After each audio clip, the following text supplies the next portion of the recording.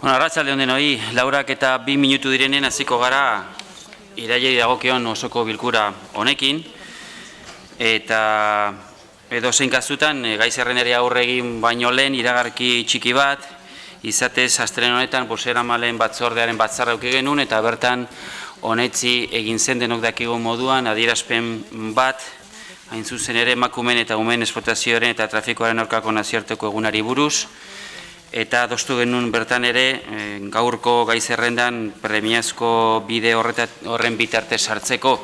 Beraz, mozio eta interpelazioen esparruan sartu baino lehen, ekingo diogu aurre helburu honi, bozkatuko dugu premiazkotasuna eta horrela ikusten baldin bada sartuko genuke azken puntu bezala mozio eta interpelazioetan sartu baino lehen adierazpen instituzional hori. Beraz, iragarki hori eginez eta beste bat bete egiten duan moduan, tenemos a disposición de los vecinos y vecinas que nos acompañan. Gurekin ditugun auzotarrek badute interpretazio zerbitzu bat behar duenarentzat. Eta horretarako badaude sarreran entzungailuak.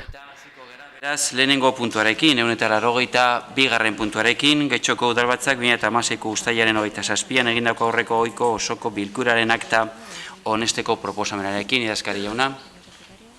Inork ez du aldaketarik egiteko proposamenik aurkeztu, beraz, inork ez baldin badu ezer eskatzen, ezer esaten, onetzitzat emango genuke, eta lehendakaritza eta gizarte zerbitzuetan sartu, 183. puntuan, Nerea Guijarrubia García Andrea, EH Bilduren aldetik udal honetako zinegotzi karguaz jabearesteko proposamena dekogu. Beraz, nik eskatuko nioke Nerea Guijarrubiari hurbiltzeko jabetza hori hartu beharko du idazkarian aurrean. Bai, idazkari jauna. Nerea Guijarrubia Andreak bete egin du ondare ondasunen eta interesen aitorpenak, eta orain hauteskunde erregimen orokorreko lege organikoaren 108 artikuloaren arabera, hautetziek karguaz jabetzeko konstituzioari zin egin edo men egin beharko diote. Horretarako, legez esarritako zin edo aginduen formula irakurriko dut, 1979ko apilaren 5. errege dekretuak aurre ikusitakoa. Zin dagizu edo agintzen duzu zure kontzientzia eta ohorearen izenean Getxoko udaleko zinegotzi ardura den egin beharrak zintzoki beteko dituzula erregari leial izanik eta konstituzioa bete eta bete araziko dozula estatuko funtsesko araua delako.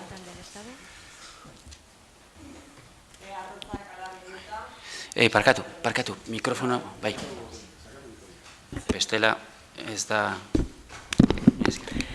Lege arrotzak alaginduta hitza ematen dut. Eta Getxo eta Euskal Herria, Euskal Herriko Errepublika Feminista Euskaldun duin eta askearen alde lan egingo dudala agintzen dotzat herriari.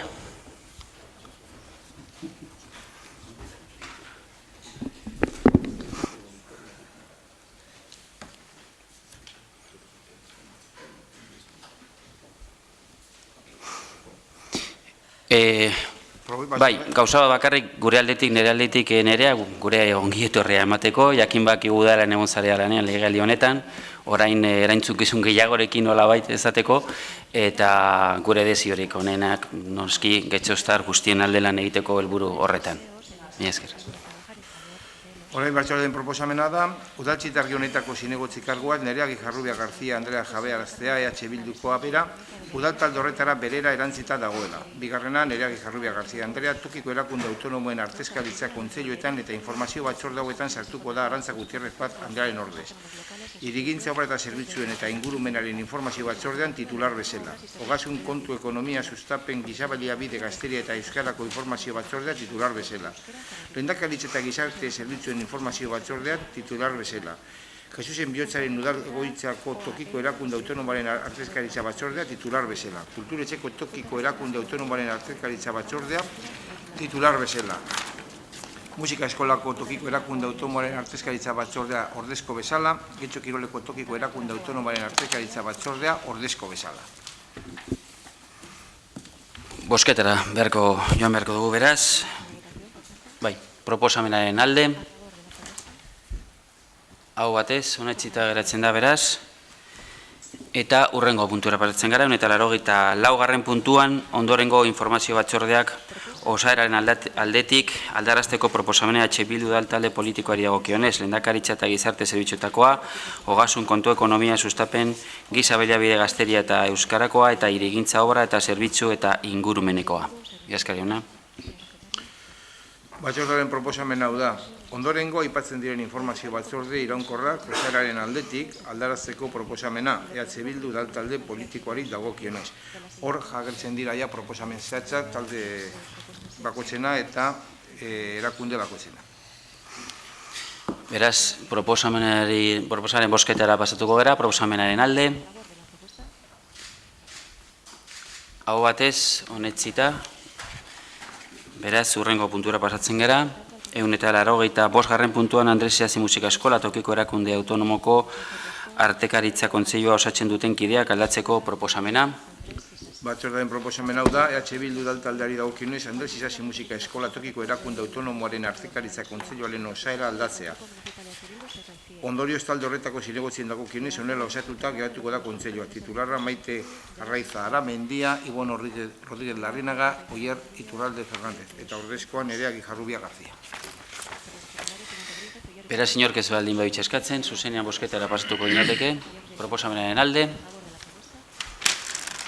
Hau batez, honetzita.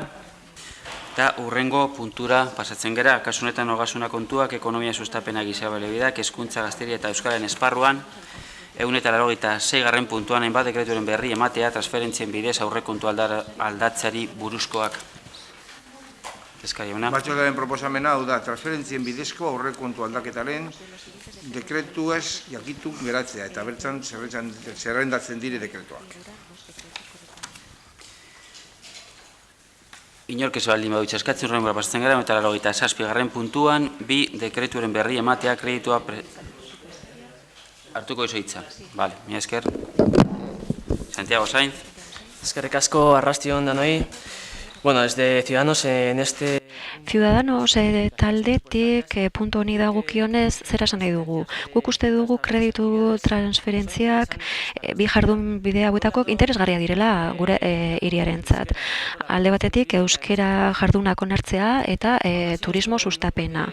Baina hala ere hau ezin da edozein presioren truke egin. Euskerari dagokionez adibidez. Guk uste dugu hemen planifikazio txar bat dagola diru publikoari dagokionez. Eta hau esaten dut izan ere diru hori guztiona da.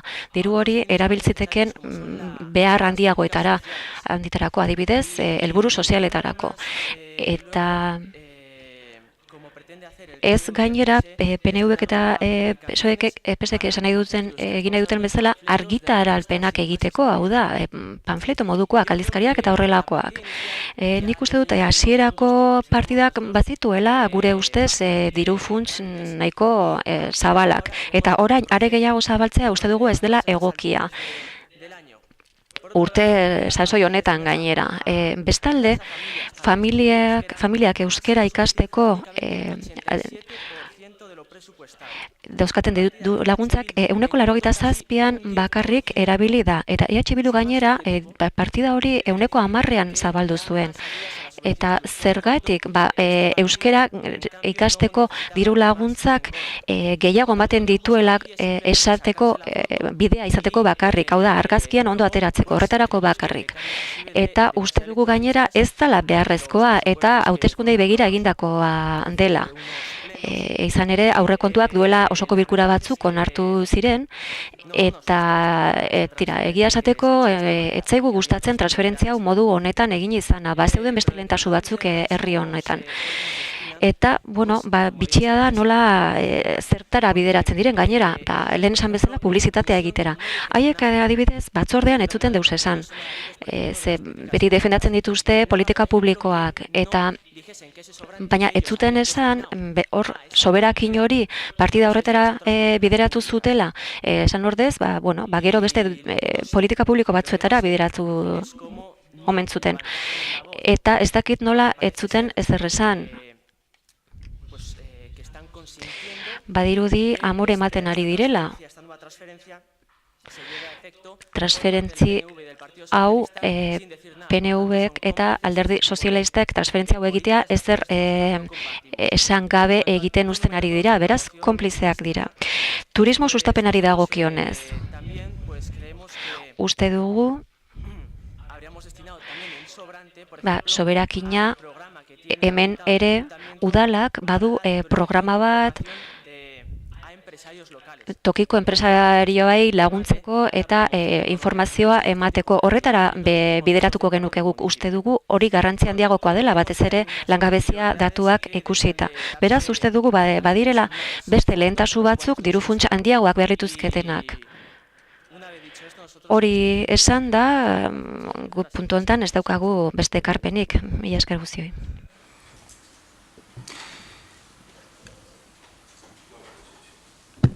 Ignacio Uriarte. Bai, arratsalde guztioi. Katia, nada, eskerrik asko. Bueno, la verdad es que toca... Bueno, onartu beharra dut, harrituta utzi nauela hitzartze honek, ez diot zentzu handirik aurkitzen. Parte hartzearen lehen zatian, Ciudadanoseko kideak, esan duena, hori azalduta zegoen dagoeneko informazio batzordean, zezuk galdera egin zenuen, erantzun genizun, eta esan zenuen orduan zalantzak argituta geratu zitzaizkizula, baina hala ere ona ekarri duzu hau. Esan genizun orduan ere, zaila da, diru laguntzetan zenbat erabiliko den asmatzea. Hemen soberakin bat egonda eta soberakin hori alor bereko beste helburu batzuetara bideratu zen. Baina helburu horiek nolabait antzekoak ziren. Alorra antzekoa zen, euskeraren alorra da bi kasuetan ere, eta uste dut horri babesa eman zioten alderdiek ez zutela eragozpenik agertu. Eta beste atala, enpleguarena ez ditutu lertzen esan dituzunak, baina 7.000 euroko partida horrekin. Soberakin hori da egon da, 7.000 eurotakoa. Eta zuk kontratu bat esleitzen duzunean, edo proiektu bat aurrera ateratzen duzunean, beti ez da asmatzen diru kantitatearekin, ze aurrekontu bat egiten da lehenago. Batzuetan urteak aurrera ginala, beharrezkoa izaten da, aurrekontua gora doitzea, eta hala gertatu da, adibidez, turismo bulegorako euskarri grafikoetara hori eginda, ez da? Iaz, 150an hasi zen partida hori, aurten ere maila horretan mantentzen ari da, eta hor zegoen kontratu hori, babes handiagoaren beharrean zegoen, eta hala eginda, 7.000 euro horiek horretara bideratu dira. Zaila da, kantitate zehatzarekin asmatzea, eta egin duguna da, beste partida batetik hartu, soberan zegoelako eta beste horretara transferitu dugu, baina oso gauza sinplea izan da. Beste alde batetik, hori da esplikazioa. 11.000 euroko partida bat eta beste bat 7.000 eurotakoa da. Eta, eguneroko kudeaketaren jardunean oso errez esplikatzen da transferentzia horren arrazoia. Kasu batzuetan, partida guztia ez da konsumitzen, eta orduan, soberakin hori, urte horretan bertan gastatzera bideratzen da, alor horren barruan, eta antzeko helburuetarako beste partida bati eransten zaio. Ez dauka beste misteriorik. Eta horietako bat gainera, informazio batzordean galdetu zenuen eta eman genizun esplikazioa. Besteari buruz ez zenuen ezer esan. Ibon Rodríguez? Egia esateko ez genukan puntu honetan itxegiteko inolako asmori, baina ez dakigu honendik Santiago enteratu den hauteskundeak igandean izan ziela eta ez orain. Ez dugu ulertzen egin duen interbentzioa. Ulertzen dugu Euskarak bera esaten du garrantzitsua dela, baina Euskararekiko bere alderdia duen jarrera ulertzen dugu eta, ulertu ezaguna dela. Akin dezala gu segituko dugula Euskararen aldeko dirua sartzen alden neurrian oraindik beharrezkoa dalako. Diru laguntzetan Euskalgintza babesteko edadena dalakoa.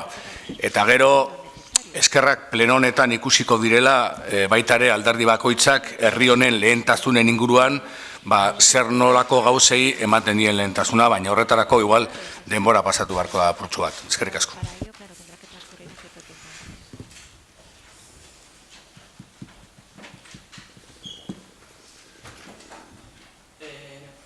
Santiago Sainz. En primer lugar... Bueno, lehenik eta behin, zer argitu nahi dut? Ignacio, batzordean esplikatu zitzaiguna izan zen mintza talde programa batera bideratuko zela, eta ez publizitatea, propaganda eta panfletuak egiteko izango zela. Ze bestela ez nintzen hemen osoko bilkuran hau esaten egongo. Beste alde batetik, esan nahiko nuke, bai turismoan zenbaki onak ditugula gaurko egunean, baina getxoren getxokoa du arazo handi bat. Getxora gurutzontzietan etortzen diren milaka turista hoiek hiriko beste puntoetatik urrun gelditzen direla, eta arazo hori nolabait konpondu egin behar dela, geltoki hori hiriaren alderago, hurbilago ekarri behar dela, eta horregatik guk etorkizun hurbilean neurri batzuk proposatuko ditugu. Bestalde, Ibon, gure taldearen jarrera oso argia da, eta gure egitaraua irakurri baduzu, jakingo zenuke, guk euskararen alde gaude eta hirueletasunaren alde eskoletan. Guk proposatu genuen udal langileek euskara ikasteko orduan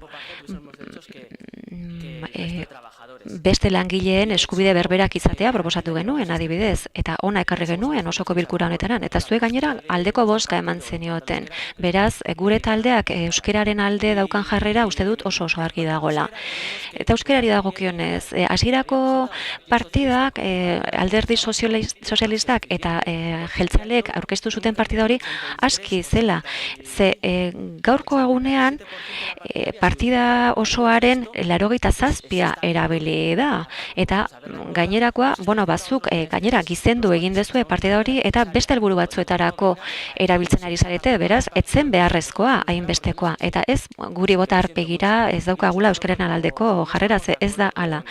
Eta gu ez gaude ados transferentzi honekin, honela egitearekin. Mila esker guztioi. Ignacio Uriarte.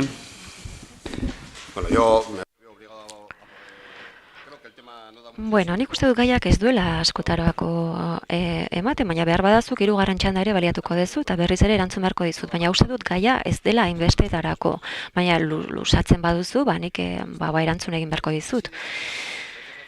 Bueno, honela, ez esan honela egitea etzaizula gustatzen, transferentzia modu egokian egin da. Udal honetan egiten diren transferentzia guztiak bezala. Eta gero, 11.000 euro horiek ez doaz propaganda egitera, eta alor horretako ardura duen ezinegotziak esan bezala, eta batzordean galdera egiteko aukera izan zenuen, eta erantzun genizun, ez dijoa propagandarako, euskararen sustapenerako doa, eta esplikatu zitzaizun, lehen arrakasta izan zuen egitarau bat bazela, eta hori indartzeko zela partida hori, mintza taldearen kontua. Ez dakit zergatik diozun propaganda, behar bada, partidaren azpiatal batean ikusiko zenuen hori, baina hau bideratzen dugu sustapena egiteko. Baina hori, kontabilitate araudiak ezartzen duelako agertuko da, behar bada, azpitalde hori. Baina hori guztia azaldu zitzaizun, ez dakit zergatik eman behar diogun hainbeste buelta kontu honi. Dagoeneko azaldu zitzaizun. Hori, behar bada, foru araudiak kontabilitateari dagokionez ezartzen duelako azpitalderen batean propaganda edo antzeko zerbait. Behar bada horregatik ikusi zenuen, baina horrela da.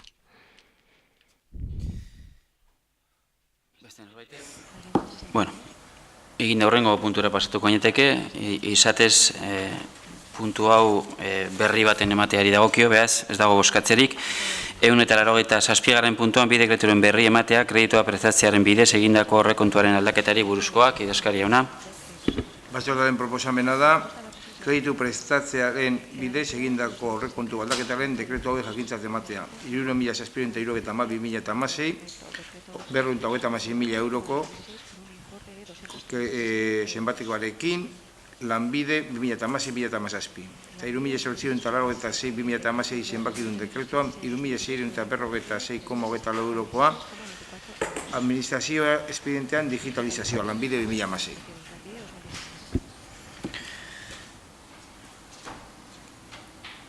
Iñaki Amorortu.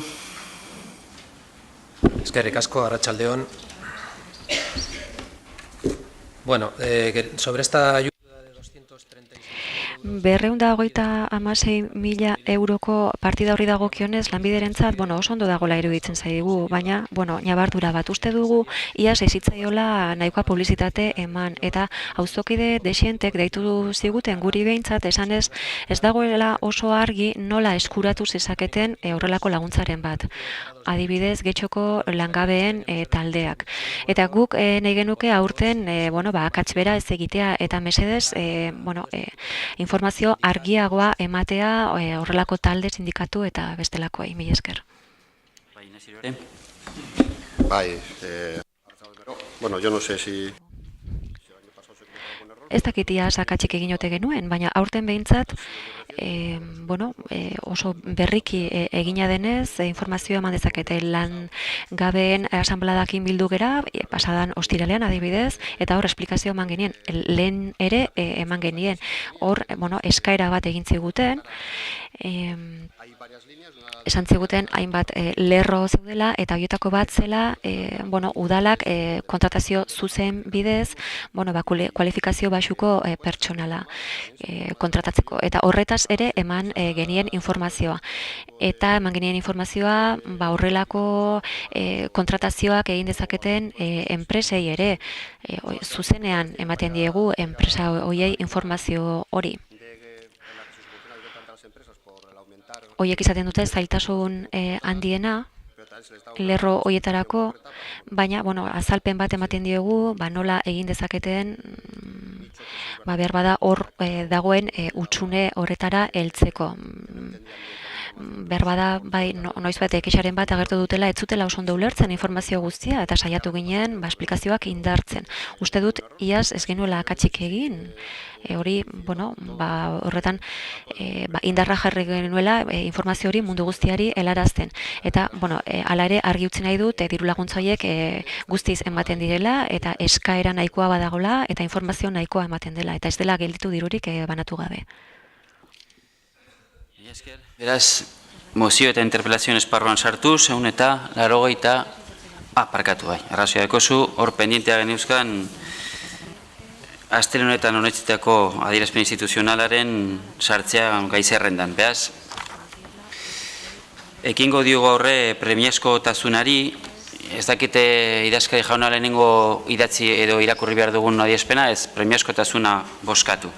Premiazko tasunari dagokionez, bakarrik asaltzea, azken batean bozeramaen batzorde astelehenan nintzela, beraz, osoko bilkuraren gai zerrenda eginda eta komunikatua zegoenean, eta beraz, uste dugu justifikatuta dagoela, baina, edozein kasutan ere, jakin bakizue boskatu behar dela, beraz, premiazkotasunaren alde, hau batez honetzita, eta beraz, ekingo diogu adierazpen instituzionalari, ekingo diogu bere irakurtzeari. Erabakiaren emakumeen eta umeen esplotazioaren eta trafikoaren aurkako nazioarteko eguna. Idazkari jauna. Bozeramaileen batzordea 2016ko irailaren 26ko bileran adostatutako erakundaren adierazpena hau da. Pertsonen trafikoaren aurkako koalizioaren mundu biltzarrak irailaren 23a izendatu zuen sexu esplotazioaren eta pertsonen salerosketaren aurkako nazioarteko eguna. Emakumeen biltzarrekin koordinatuta egin zuen hori, Bangladeseko Dhaka hirian 1989ko urtarrilean egin zena. Pertsonen salerosketa giza eskubideen aurkako eraso larria da, eta zenbat modalitate dauzke. Esplotazio sexuala, lan esplotazioa, derrigortutako lanak, organoen trafikoa eta abar. Aldaera horitatik sexu esplotazioari lotutakoa daugariena, eta biktimarik gehienak emakumeak eta neskatilak dira. Botere publikoen betebeharra da krimena jasartzea eta delitua prebenitzea, baina baita eskaeraren aurka aritzea ere. Eztabaida ezina baita eskaerarik gabe ez litzatekeela pertsonen salerosketarik egongo. Gainera, hainbat elkarte eta pertsona arlo honetan egiten ari diren lan eskerga azpimarratu nahi genuke. Ziur gaude beraien lana eta ahalegina funtsezkoa direla gizarte justuago bat lortzeko, askatasuna eta berdintasuna oinarri dituena. Getxoko udalak konpromiso hartzen du salaketa eta kontzientzia sortzeko kanpainak egiteko, pertsonen saleresketaren arazoaren berri emateko helburuarekin. Gainera, lankidetza eta nazioarteko koordinazio handiagoak eskatuz, horrelako ekintzak zigortzeko, prebenitzeko eta biktimak babesteko dauden neurri eta mekanismoak bai araugintzakoak bai instituzionalak erabiliz.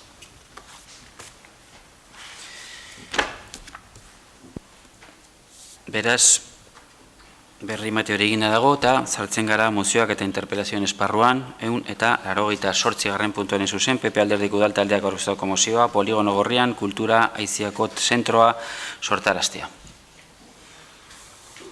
Barkatu? Iñaki Gamero. Gracias, señor alcalde. Eskerrik asko alkate jauna. PP Alderdiko Udaltaldeak aurkeztutako mozioa, Poligono Gorrian kultura aiziako zentroa sorraraztea. Poligono Gorria deritzona, Algortako oso garrantzitsua da. Bertan, udal zerbitzu eta prestazioak behar dituzten herritar ugari bizi dira, udalerriko gainerako auzoetan gertatzen den bezala. Baina, errealitatea hau da, udal zerbitzuen eskaintza dela eta guztiz baztertuta dago. Ez dezagun ahaztu, Zubileta getxotar ugari bizi diren auzoa dela. Alderdi Popularrak uste du gauza hobea merezi dutela, eta auzoari duintasuna eman nahi diogu. Auzokide askoren kesa, ideia, iradokizun eta ekarpen ugari jaso ditugu. Eremu hori hobetu dezaketenak. Horietako bat eskaera zarra da, auzoarentzako aisialdi eta kultura eskaintza sortzea. Zubietako Poligono Gorriko eraikinerako salgai eta abandonatuta dagoena proiektua proposatu nahi dugu. Proposamen hau bete eta hobe daiteke. Gure aldetik, Zubietako auzokideen aldetik, baita gainerako alderdien eta lagundu nahi duten guztien aldetik ere. Gure ekimenak Poligono Gorriaren eraikinaren 430 metro karratuak aprobetxatu nahi ditu, egun salgai eta abandonatua dagoena. PPren proiektua eraikin horretan elementu hauek jartzean datza.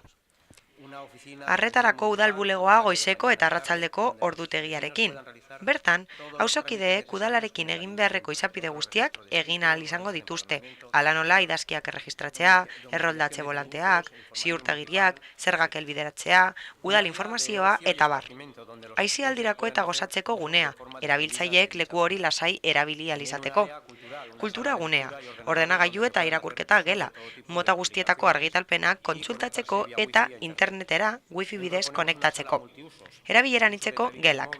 Tabike mugikorrak erabiltzeak beste aukera batzuk izatea ahalbidetuko liguke. Gutxi gora bera adibidez 40 metro karratuko hirugela txiki, elkarteak, auzokideak eta kultura taldeak bildu ahal izateko, edo 310 metro karratuko areto handia, bilera handiak egiteko, antzespen txikiak, dantzak, solasaldiak, tertuliak edo konferentziak besteak beste. Eta noski komun publiko batzuk egitea, kanpotik eta barrutik sartzeko, parkearen eta instalazioen erabiltzaile guztiei zerbitzua ematen dietenak. Gizonentzako zein emakumeentzako eta premia bereziak dituztenentzako komunak izango lirateke, eta euroialak aldatzeko gunea. PPtik gainerako alderdiei proposamen hau helarazten diegu. Elkarrekin lan egiten hasteko abiapuntua dela uste dugu. Irekita gaude edozein hobekuntza eta aldaketa egitera, baita auzokideek proiektua osatzen parte hartzera ere. Baina nahitaezkoa dela uste dugu Poligono Gorriari eta Zubileta auzoari hobekuntzez hornitzea. Horregatik guztiagatik, Alderdi Popularraren udaltaldeak erabaki proposamen hau aurkezten du osoko bilkura. Lehenengoa, Zubietako Poligono Gorrian aisialdi eta kultura zentroaren ezarpena aztertzea. Bigarrena, mozio honen berri emango zaie udalerriko komunikabideei. Ikusten duzuen bezala, mozio honen bidez, auzo honi zerbitzu batzuk eman nahi dizkiegu. Ideia bat jaso dugu guk eta proiektu txiki bat erakutsi nahi dizuet. Guk marraztu dugu eta ez da hori izan behar, ez da hori egin behar, baina ditugun baliabideak erabiliz hori egin ahal izan dugu eta erakutsiko dizuet. Sentitzen dut Erakutsiko dizuet guztioi, hau da gure ideia. Emango dizuegu, baina lantzen hasteko abiapuntua izan albada, ongi etorria izan dadin ideia hau. Sentitzen dut, gure ideia abiapuntu bat da. Ez da hori nahita ez egin behar, baina uste dugu hasiera bat dela auzo horri zerbitzu hauek emateko. Irekita gaude, aldaketak egin daitezke, eta beste proiektu bat ere egin daiteke guztiz desberdina, eta zuen ideia eta lankidetza jasotzea espero dugu. Eskerrik asko. Quique Prada, zurea da hitza. Eskerrik asko. Desde GUK venimos a presentar una enmienda. Guken zuzenketa bat aurkeztuko diogu mozio honi.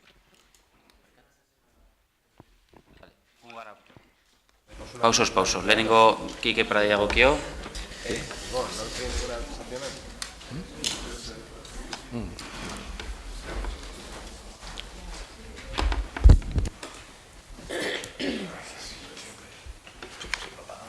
Tenemos tres. Tengo algo que se apruebe, si no lo va a ser avanzable.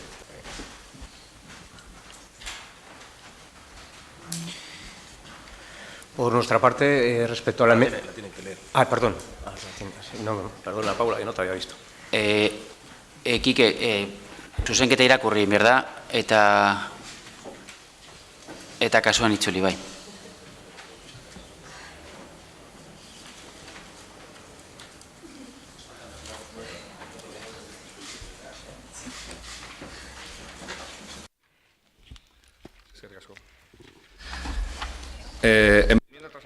Zeharkako zuzenketa Alderdi Popularrak aurkeztutako moziora.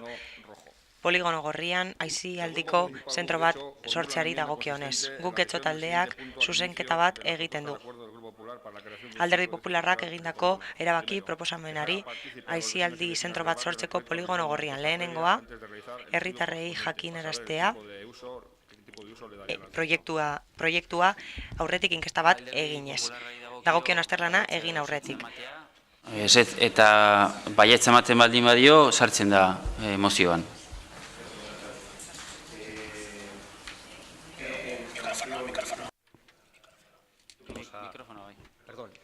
Barkatu?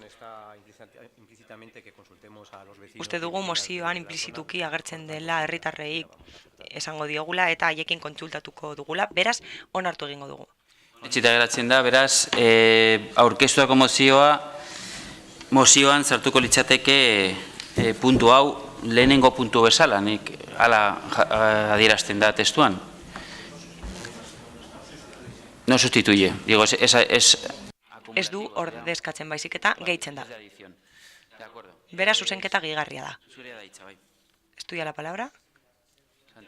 Santiago Sainz. Horrela geratzen da mozioa, jarraitzen dugu eztabaidarekin. Koldo Iturbe? Bai, arratsalde-on guztioi. Ez da berria gaur onak hartzen duzuen proposamen hau. Aurreko urtetan ere aurkeztu izan duzue. 2013 urtean, 2011 urtean, eta oker ez banabil aurrekontuak eztabaitu ditugun beste urte batzuetan baita ere zuzenketa moduan aurkeztu egin duzue proiektu hau. Jakina da, udalak kultura azpiegituretan egin duen ahalegina eta esfortzua nabaria dela, ikaragarria dela, eta kultur azpiegitura horiek guk jarri ditugu herriko edo auzoko erdigunetan. Ondo komunikatuta eta ondo dakizuenez haiekin batera irisgarritasuna landu egin dugu baita ere erdigunetara heltzeko. Zuek proposatzen duzuen kultura ekipamentuen zabalkunde horrekin ez gatoz bat, gure eredua beste bat da, ikusten duzuenez erdigunetan kokatutako azpigiturak, galdera erraza da, zergaitik poligono gorrian bai, zergaitik ez Portu Zaharrean, zergaitik ez beste bat Andramarin, zergaitik ez, eta holan jarrituko genuke hainbat espazioetan edo jartzeko galdera horrekin.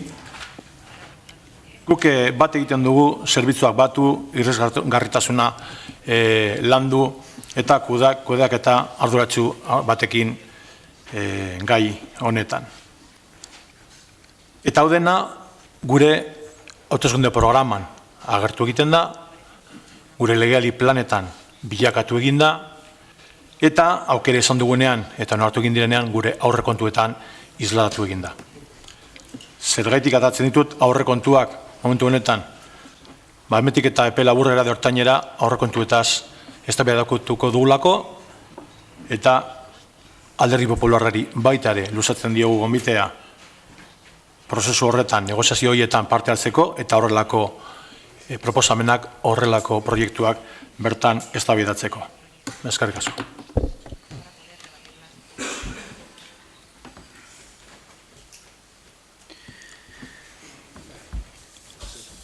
Txefolanda.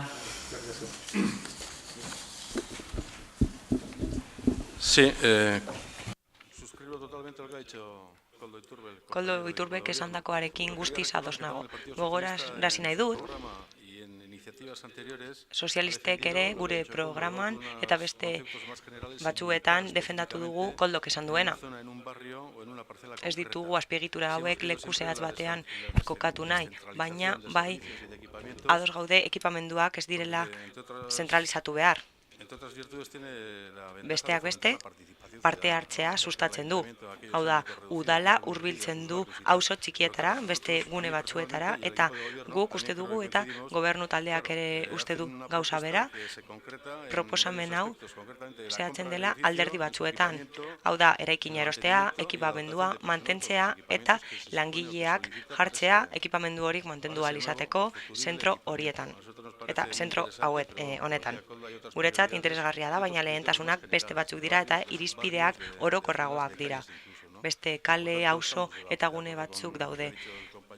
Eta beraz EAJ-ko kidearekin ados gaude eta ez dugu proposamen honen alde bozkatuko.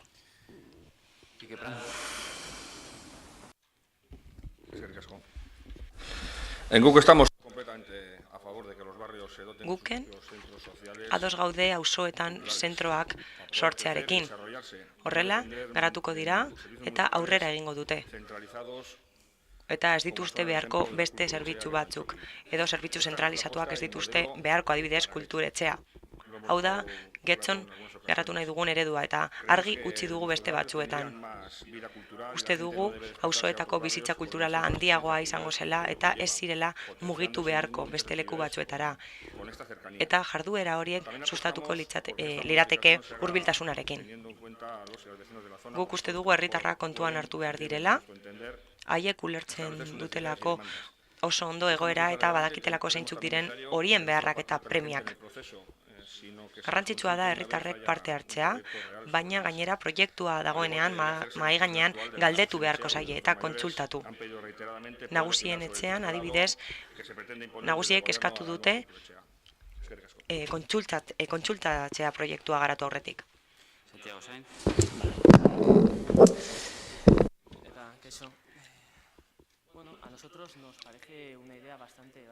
Guri ideia oso interesgarria iruditzen zaigu.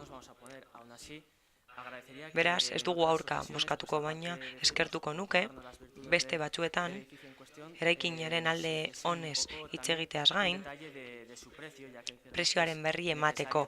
Uste dugu beharrezkoa dela kontuan hartzea osoko bilkuran proposamen hauek aztertzerakoan. Horrez gain, beste figura juridiko batzuk beharko genituzke. Adibidez, eraikina merkeago erosteari buruz hitz egingo genuke eta jarduteko margin handiagoa izango genuke, porrota izan aurretik. Ezin dugu ahaztu, proiektu handi bi ditugula, Romoko kulturetxea eta Getxon txokia, eta horregatik daukagun zorra eta zergak eta tasak handitu dira. Proiektu horiei esker edo horien erruz. Aurrekontuak orain dela gutxi onartu ziren. Eta azken batean, inbertsioak egin behar dira beti, eta hori ez da bukatzen eraikina erostearekin. Izan ere, hori birgaitu behar da, ekipamenduak erosi behar dira, langileak kontratatu behar dira, eta udal aurrekontuetan murrizteko esan zenuten, baina guk ez dugu aurka bozkatuko, eta gainera uste dugu ideia ona izan daitekeela.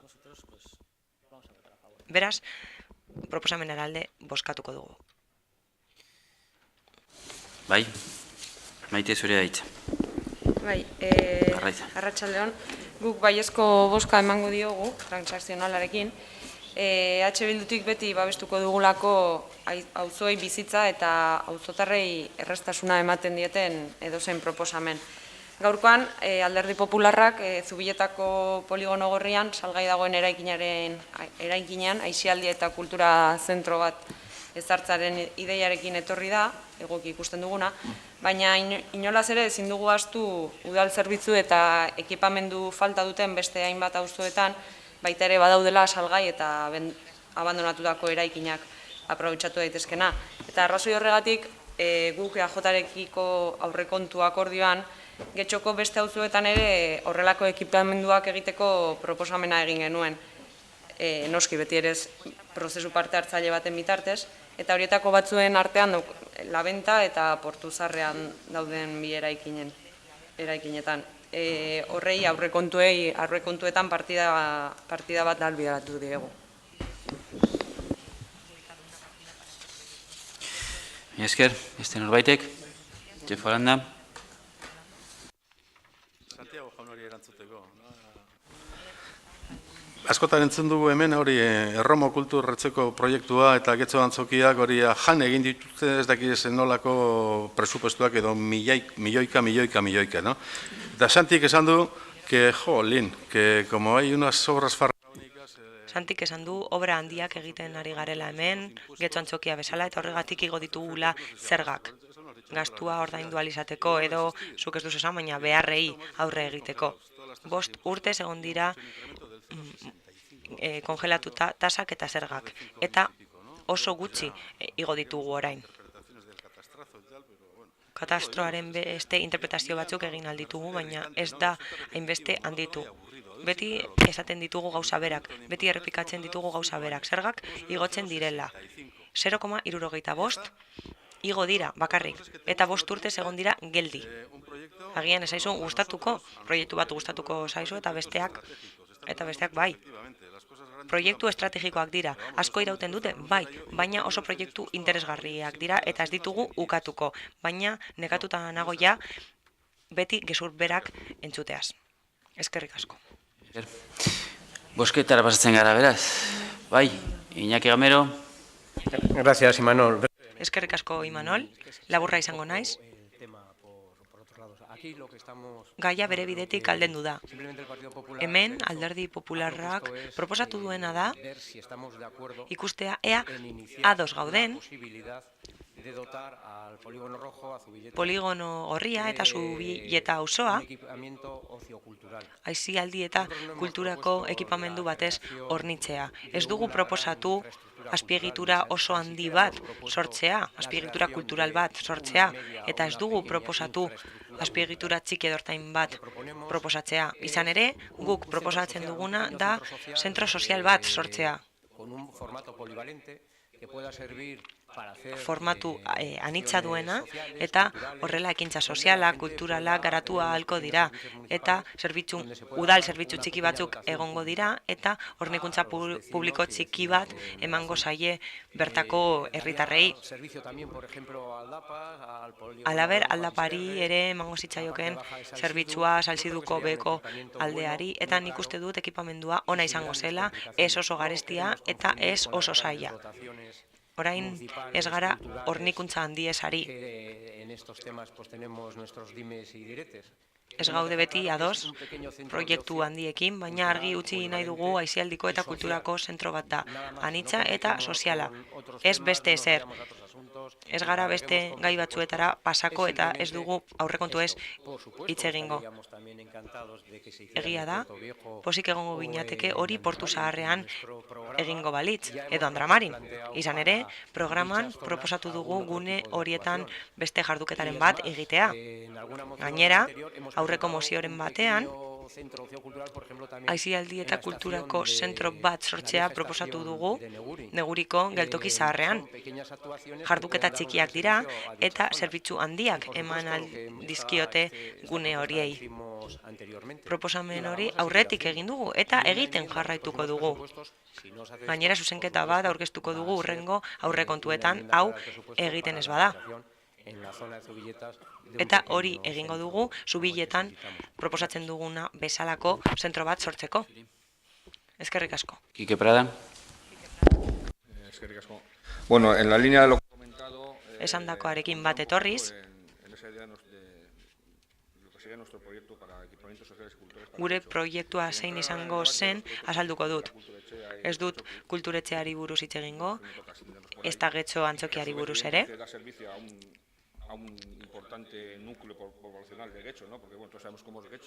Badakigu nolakoa den Getxo, zenbat auzo dauden eta nolakoa den fisiko eta geografikoki. Beraz, ulertzen dugu, Getxorentzat oso ona izango zela eskaintza hori osatzea, Poligono Gorrian zentro bat eraikiz, eta horregatik EH Bildurekin ados gaude labentari dagokionez, Portu Zaharrari dagokionez eta Neguriko geltoki zaharrari dagokionez. Beraz, Getxon, bilbe bat sor dezakegu eta zentro sozialak eta kulturalak sortu, batzuk handiagoak eta besteak txikiagoak. Beraz, irizpide bat ezar dezakegu lerro horretatik. Eta horrela, Getxo itxiko zen eta sare hori finkatuko zen. Beraz, guk uste dugu gehiago zehaztu behar dela. Horretan sakondu behar dela uste dugu guk. Inork ez baldin badoitza eskatzen bosketara bazten gara. Bai, proposamen edo mozioaren alde, Alderdi Popularra, EH Bildu eta guk, Getxo eta Ciudadanos, abstentzioak, jeltzaleak eta sozialistak behaz honetzita geratzen da mozioa, eta hurrengora pasatzen gara. 189. puntuan guk udaltaldeak aurkeztuko mozioa, jaietarako mugikortasun urriko eremuak paratzea. Paula Mieba. Bai, eskerrik asko alkate jauna, arratsalde on denori. Desde Guk Getxo presentamos esta moción para proponer al Pleno Municipal que se habiliten espacios en eventos festivos, deportivos. Udalbatzari proposatzeko jai eta kirol ekitaldietarako eta udalerriko jaietarako espazio egokiak eskaini daitezen mugikortasun murriztua duten pertsonek, adinekoek eta mendetasuna daukatenek erabili ditzaten. Ikuspuntu urrun batetik hitz egitea zaila denez gero, egoera hau bertatik bertara bizi izan duen pertsona baten testigantza ekarri nahi dugu ona. Hona hemen, testigantza hori. Denok jaten gara geure inguruko jai eta ekitaldietara. Seguruenik, askotan, beraietan bizi izandako esperientzia eta gure bizitzaren parte da, eta gure baitan dauden oroitzapen edo ohiturei lotuta dago. Egia esan, desgaitasuna daukania inork ezin ditu bere herriko jaiak osatu eta bizitzako esperientzia interesgarri gisa oroitu. Jende pilaketen eta mustutako edo oztopoz betetako kalen artean, sarritan hurbildu ere ezin baitzaitezke egin. Gaur egun, jendea pilatzen den ekitaldiak oso gaizki kudeatzen dira, baita hiri handietan eta turismorako interesa daukaten jaietan ere. Eta hori arazoa da desgaitasuna daukaten pertsonentzat.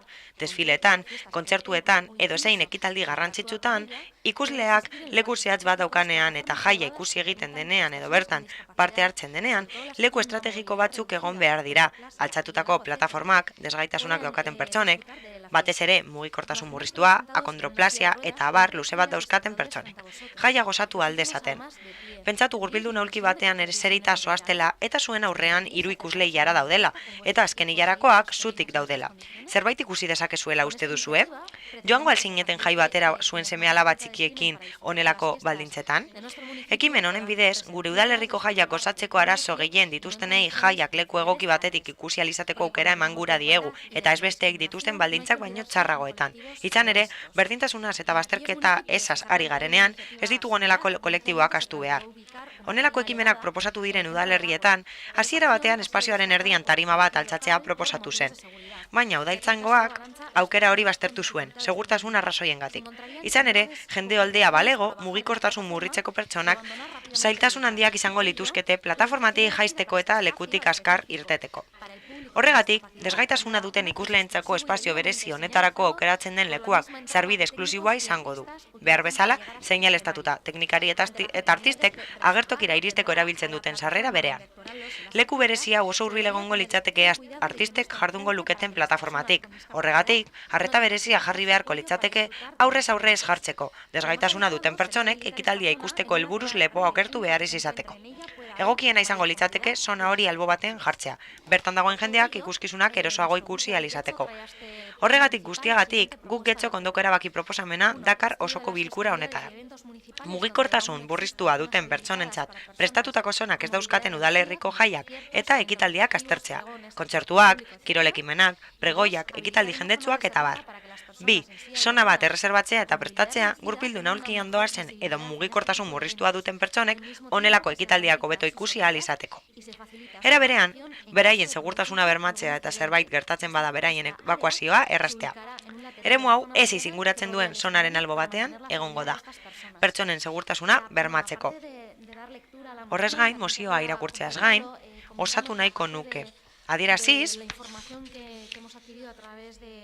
jaso dugun informazioaz gain, testigantzen gandik jaso ditugunez gain, talderen batekin hitz egin dugu eta esan digute demanda hau urte askoz egin dutela. Haiei hau asko eragiten die eta eskertzen dute honelako ekimen bat proposatzea.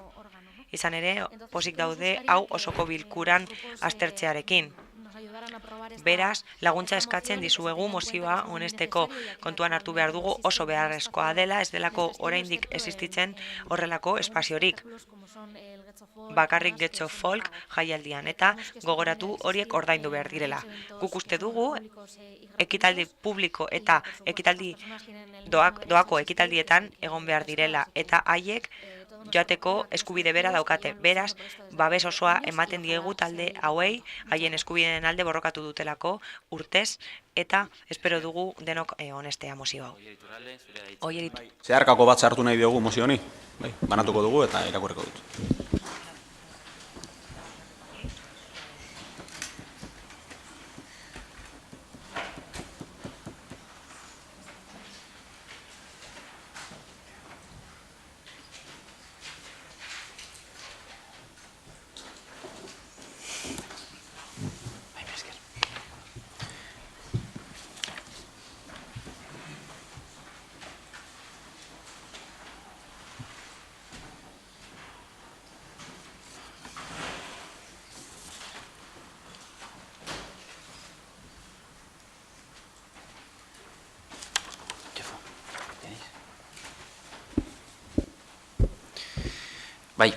Bai, irakurriko dut.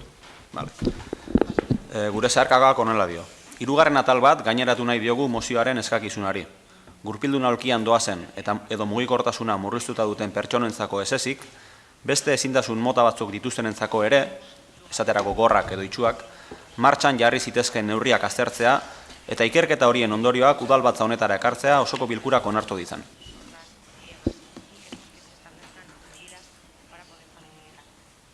Bai, guk Getxori dagokio aurkeztuako zuzenketari baietza edo ematea. La aceptamos. Beraz, mozioan sartuko litzateke hirugarren puntu bezala hemen agertzen den moduan. Beraz, eztabaidarekin jarraitzen dugu, beste norbaitek, Koldo Iturbe. Bai, hasteko aitortu behar da zeharkako zuzenketa honen inguruan pausoak emango direla honen alde, egia da horretan behar bada motz heltzen garela momentu honetan, baina guken jatorrizko moziora bueltatuz, bertan guk eskatzen duela lo más adecuado sería habilitar esta zona en un lateral para que el gune hau gaitzea albo batean. Publikoak hobeto eta erosoago ikusteko ikuskizunak. Puntuan, esaten du habilitar una zona reservada para que las personas en silla de ruedas gurpildun aulkian edo mugikortasun murriztua daukaten pertsonek hobeto ikusi ahal izateko guneak gaitzea. baina eskatzen duzuena olako gauzaren bat da? Bai?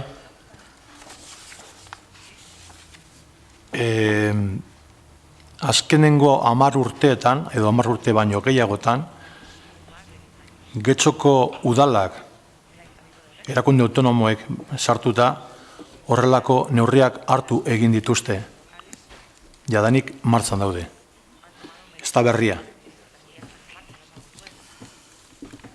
Aulkiak jartzen diren ikuskizunetan, beti jartzen dira elbarrituak edo alde batetan, aldamen batetan, eta ondoan utzi egiten zaie aulki bat, berekin datorren laguntzaileari. Hori beti. Eta zutunik edo zutik ematen diren ikuskizunetan, leku berezi bat gorde egiten da beraientzat, espezialki, eurek han bertan egon al izateko. Baina ez da bakarrik guk egiten dugulako nahi dugulako. Gure ikuskizun guztietan autobabes planak egin behar ditugu, autobabes plan horiek olako neurriak ezartzen dituzte, beraz guk geure buruari agindu egiten diogu olako neurriak egin behar ditugula, eta onartu dugu moduan EH Bilduk egiten zuzenketari horren pausoak eman behar direla, aitortu beharra dago baita ere, udalak zuzen antolatzen dituen ikuskizunetan nik azaldu dudan moduan egiten bada ere, jai batzordek antolatzen dituzten ikuskizunetan pausoak ematen ari garela baita ere, baina hor kontutan izan behar duzue, jai batzorde herrikoiak dauzkagula, udalak zuzenean ez dituela jaiak antolatzen, eta jai batzorde herrikoiak daudela tartean, beraz, beraien baliabideen arabera eta gure laguntzarekin pausoak emango dituztela eta emate dituztela honen inguruan. Baina berez, udalak egiten dituen eta aurrera eraman dituen ikuskizun guztietan gehienetan horrelako neurriak martxan dauden jadanik. Eskerrik asko.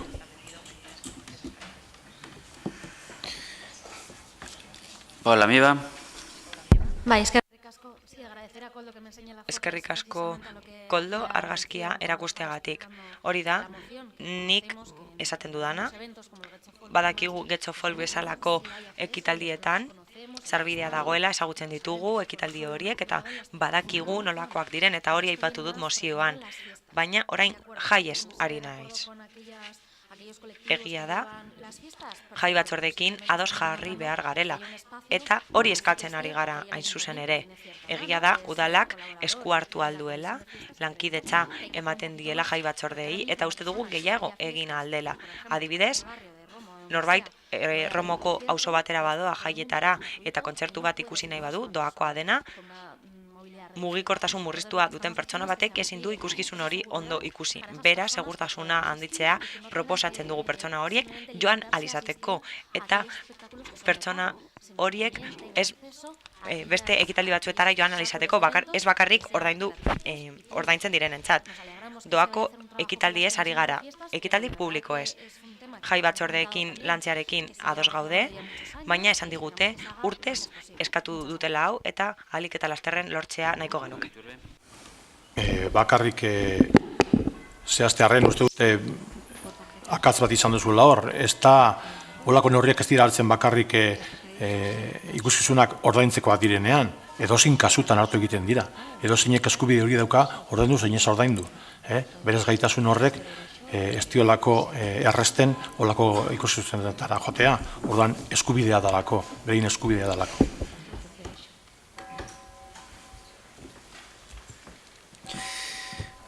Beste norbaitek, bosketara pasatzen gara, mozioaren alde. Guk, EH Bildu, Alderdi Popular eta Ciudadanos abstentzioak, jeltzaleak eta sozialistak beraz onetsita. Geratzen da, mozio horrengora pasatzen gara, beraz, 180. Bai, parkatu zurea daitza, bai. Buenas tardes a todos. Arratsaldeon guztioi.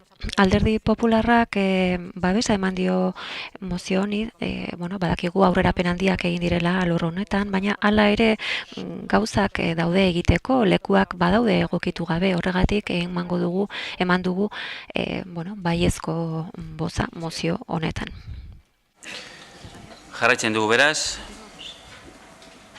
Urrengo mozioarekin 180. puntuan guk udaltaldeak aurkeztutako mozioa, 189 Algortako portu zaharra birgaitze integratuko area izateko eskatu horretik txosten azterketa egitea kontratatzea. Kike Prada. Eskerrik asko.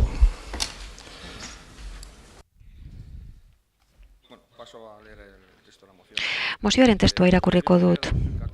2014 urtarrilaren 28an udalbatza honek aho batez erabaki zuen Algortako portu zaharra birgaitze integratuko area bia izendatzeko kudeaketak hastea. PSEek aurkeztutako mozio batetik abiatu ginen. Batetik EAJak azaldu zuen aurretiazko azterlanaren kontua gaineratu zitzaion eta bestetik Bilduk egindako proposamena txertatu zen. Azterlana bizilagunekin eta auzo elkarteekin egiteari buruzkoa. Horrela mozioa aho batez onetsi zen, denen artean mozioaren xedapen zatia adostu ondoren. Honela geratu zen. Bat, Getxoko udalbatzak erabakitzen du portu zaharraren birgaitze integrala aztertzea eta Eusko Jaurlaritzari eskatzea ondare urbanizatu eta eraikia birgaitzeko jarduketa babestuei buruzko 317/2002 dekretuaren zehaztapenekin bat etorriz. Bi, eskaera hori portu zaharreko bizilagunekin aztertuko da. Guken ustez gertaera hau erabaki hau izugarri ona da Getxo osoarentzat. Mozioa aprobetxatu nahi dugu gukek Getxoko talde politiko berria den aldetik onartutako xedapen terminoekin bat egiteko. Horrela bada, uste dugu aho batez hartutako erabaki hura indarrean dagoela oraindik ere, are sendoago. Portu zaharra zer den, zer ordezkatzen duen eta nolako balioa duen ez dago azaldu beharrik. Hitzak soberan daude eta beharrizanei buruzko hitzak ere soberan daude. Kontua da denbora igaro dela eta udalak portu zaharreko auzo elkarteko jendearekin batera egin duen lana eta hartutako konpromisoak ezagutzen ditugula. Halere, realitatea da leku hau Eusko Jaurlaritzako Kultura Sailak ondasun kultural kategoriako monumentu multzo kalifikatu zuena, bia izendatzeko aurretiazko azterlanaren kudeaketa eta kontratazioa ez direla oraindik egin.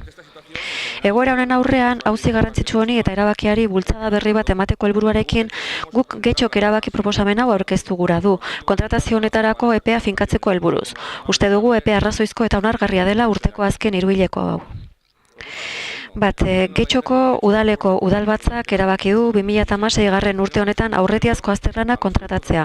Algortako portu zaharra birgaitze integratuko area izendatzeko eskaera Eusko Jaurlaritza egin baino lehen egin beharrekoa. Eta azalpena amaitzeko zehaztu nahi nuke gure asmoa, gure helburua, uste dugu argi dagola. Konpromiso hau noiz gaizatuko den zehaztea, zegu ados gaude eta egiteke dago 3 urteren buruan. Eta horregatik aurkeztu dugu mozio hau, mi esker. Mi esker, Kode Iturbe. Eta biziri dago, akordio hori. Ondo dakizunez, bilerak sarritan izan ditugu portu zaharreko auzokideen elkartearekin, beraiekin batera markatu egiten ditugu zeintzuk diren lehentasunak beraiek eskatuta, adibidez, ia onartu genuen diru laguntza espreski termiten aurkako proiektu hori bultzatzeko, eta lehentasun horien arabera, hau ere sartuta dago, eta beraiekin ere komentatu dugu, bilera bakoitzean informatuta izaten ditugu osokideen elkarteko juntakideak, eta burutuko dugu. Urte honen amaierarako, datorren urteko hasierarako, buruta egongo da, aurretiko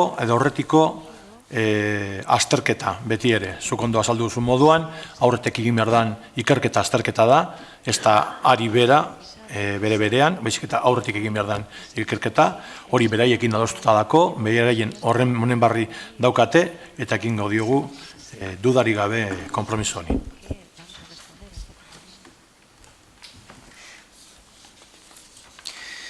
Iñaki Gamero. Iñaki Gamero. Mila esker alkate jauna. Alderdi Popularrak babestu egingo du mozio hau. uste dut, nahiko adostasun eskuratu zuela mozio honek, bere garaian, Portu Zaharrak baditu behar izan batzuk eta erantzun beharra daukagu. Nik, egia esango dut, alderdi popularrak ez du uste bia horren figura denik onena birgaitzelan hoietarako. Baina, aurretiaz azterketa bat egin behar denik eta hor esango digutenez biderik onena zein den, ados gaude azterketa hori egitearekin. Gu, ez gara teknikariak, ez dakigu gehiegi kontu hontaz, baina birgaitze integratuaren kontu hori behar bada kortze estu xamarra da Portu Zaharreko auzokideentzat. Beraiek nahi lituzketen zerbitzuentzat eta batez ere auzo horrek behar duenarentzat. Uste dugu biarena behar bada ez dela biderik egokiena.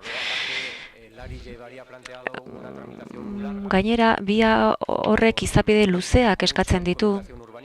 Dokumentazio ugari eskatzen du, finantzazioa ere, arazotsua izan daiteke, eta, nahiko berandu heldu daiteke. Eta, hala ere, aurretiazko azterlan horrek esaten balin badigute hori dela biderik onena, babestu egingo dugu. Baina, bitartean, albalitz, gure ustez, laguntza eman behar genioke Portu Zaharrari bestelako neurri batzuekin. Udaletik bertatik adibidez zainbat neurri har ditzakegu, udal neurriak. Adibidez, lanak egiteko lizentziak errazte aldera.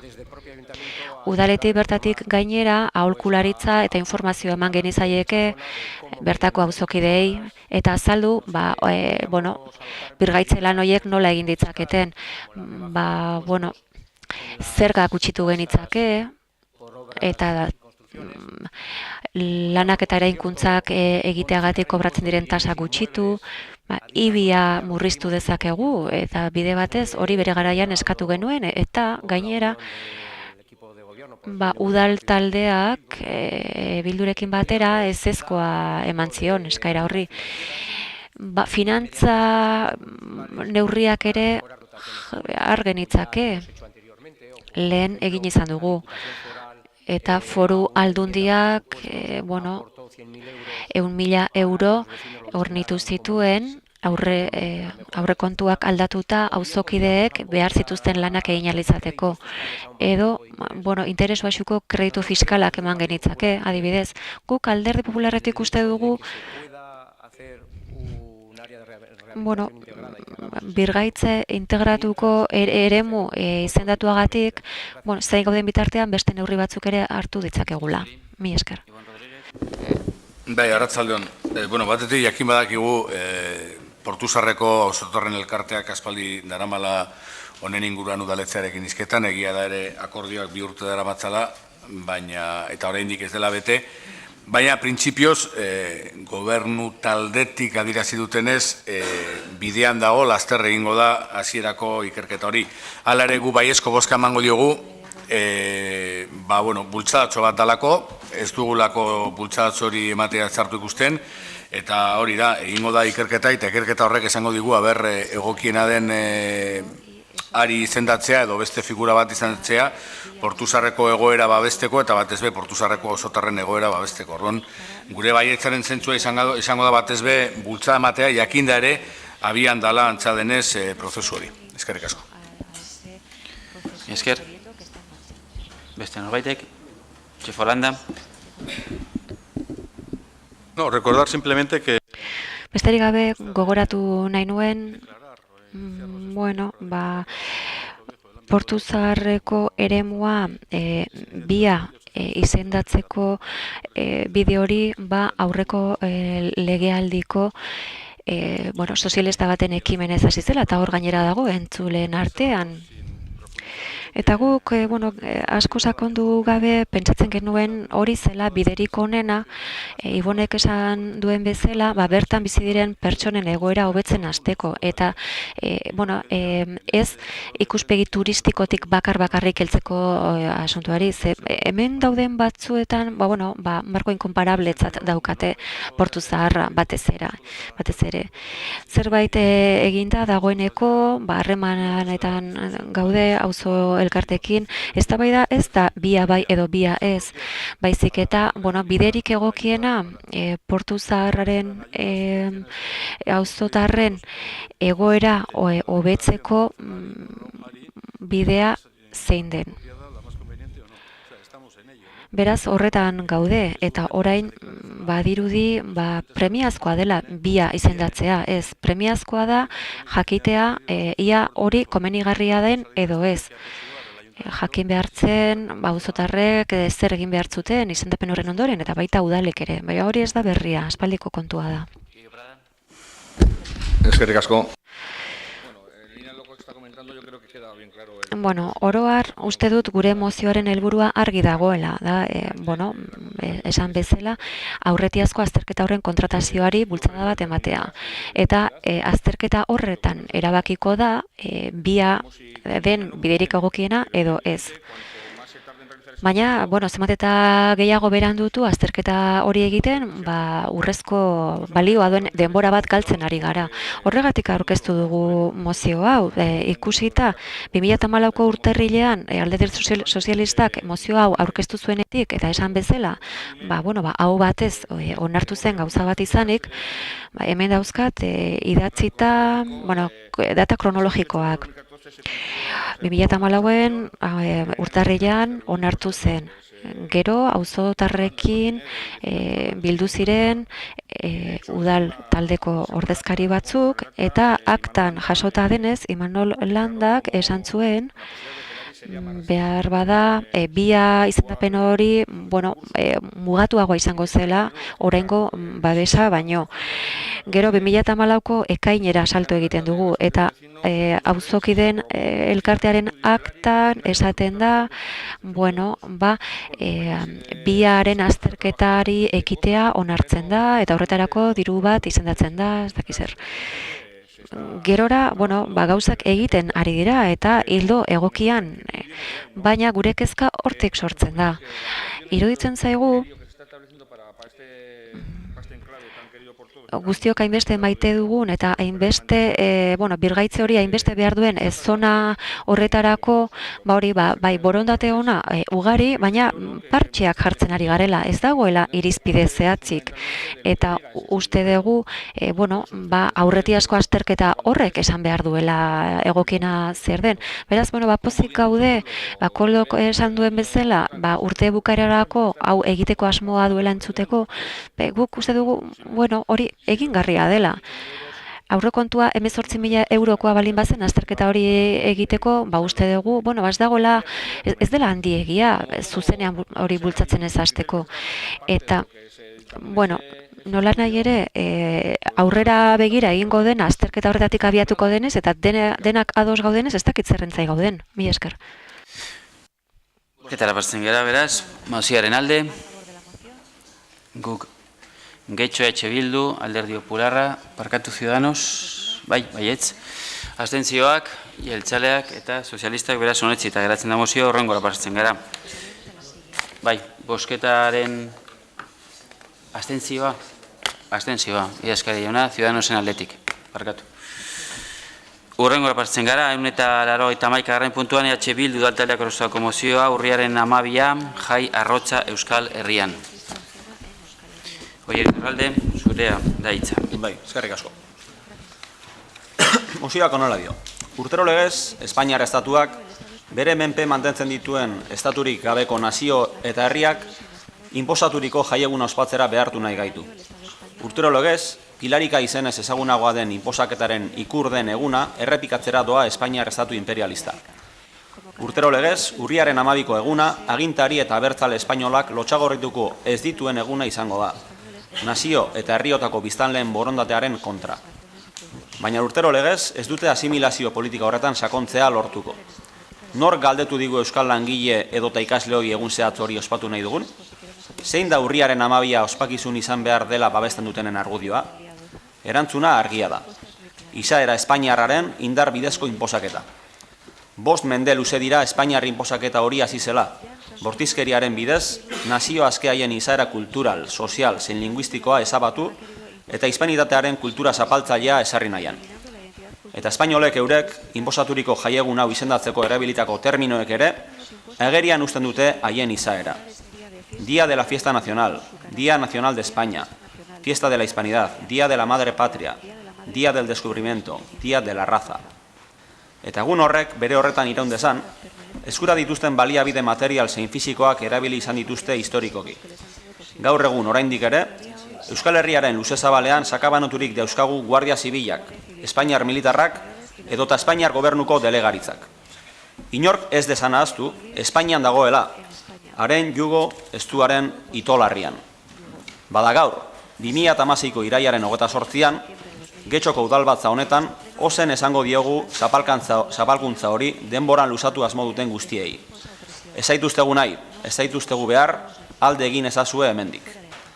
Horregatik, honako proposamen hau dakargu, udalbatza honek bere egin eta onar dezan.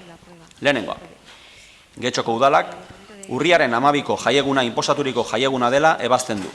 Getxostarren borondatearen aurka ezarritako jaieguna delako. Bigarrenik, Getxoko udalak Espainiar naziotasuna goratzeko ospalitezken bestelako jaiegunen ezarpena baztertzen du. Hirugarrenik, Getxoko udalak bere udalerrian kokaturik dagoen Guardia Zibilaren kuartelari erabilpen soziala ematea aldarrikatzen du. Hartara, Guardia Zibila Getxoko udalerritik kanpora joatera gonbidatuz. Laugarrenik, Getxoko udalak ebazpen honen berri emango dio Espainiar gobernuaren Euskadiko delegaritzari. Hark ebazpen hau onartu eta betearaz dezan. Eta azkenik, Getxoko udalak bere udal komunikabidetan ebazpen honen berri emango du getxostarrek haren berri izan dezaten.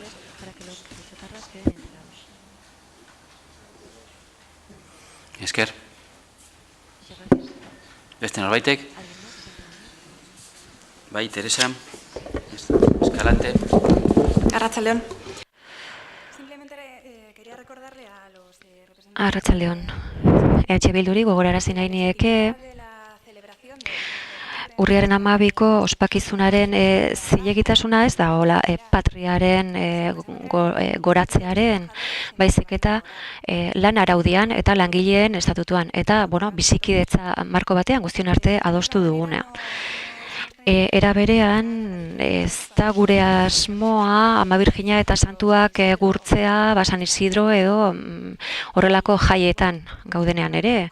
Eta, bizikidetasun marko hori behar bada, ez zaizu asko interesatzen. Eta zuek,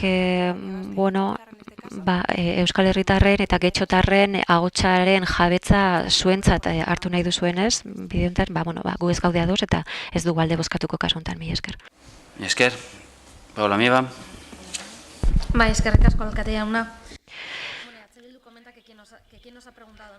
Bilduk esaten du norko galdetu digun urriaren 12an jai egiteko. Euskadin edo Euskal Herrian galdetu ote digute hemengoak bakarrik diren jaiegun horiak ezartzeko. Uste dugu norberak baduela askatasuna egutegiko jai bat ospatzeko edo ez. Uste dugu osoko bilkura honetan ez dela ezarri behar jendeak zer ospatu behar duen edo zerrez. Gure idarioaren eta gure pentsa moldearen arabera norbera pertsona askea da egun horretan jai egiteko edo ez. Guk uste dugu ez baduten nahi libre dira ez ospatzeko. Eta guk galdetu nahi diegu nola dakite getxostarrak denak kontra daudela galdetu egin diezue? Uste dugu ezetz, baina okertzen balin bagara esaigu zuen mesedez.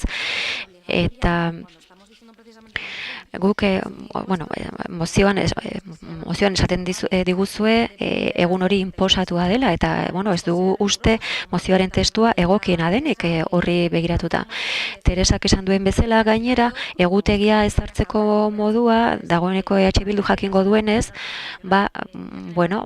konstituzio auzitegiak ezartzen du eta langilearen estatutuaren arabera ezartzen da jaiegun zenbakiak kopurua barkatu eta zein diren. Eusko Jaurlaritzak urtero garatzen du egutegi hori eta 2016ko 118. dekretuaren arabera gauzatu du, eta EH Bilduri ez balin bazaio ondo iruditzen egin behar duena da dekretu hori atzera bota, eta ez pleno honetara ekarri, mila esker.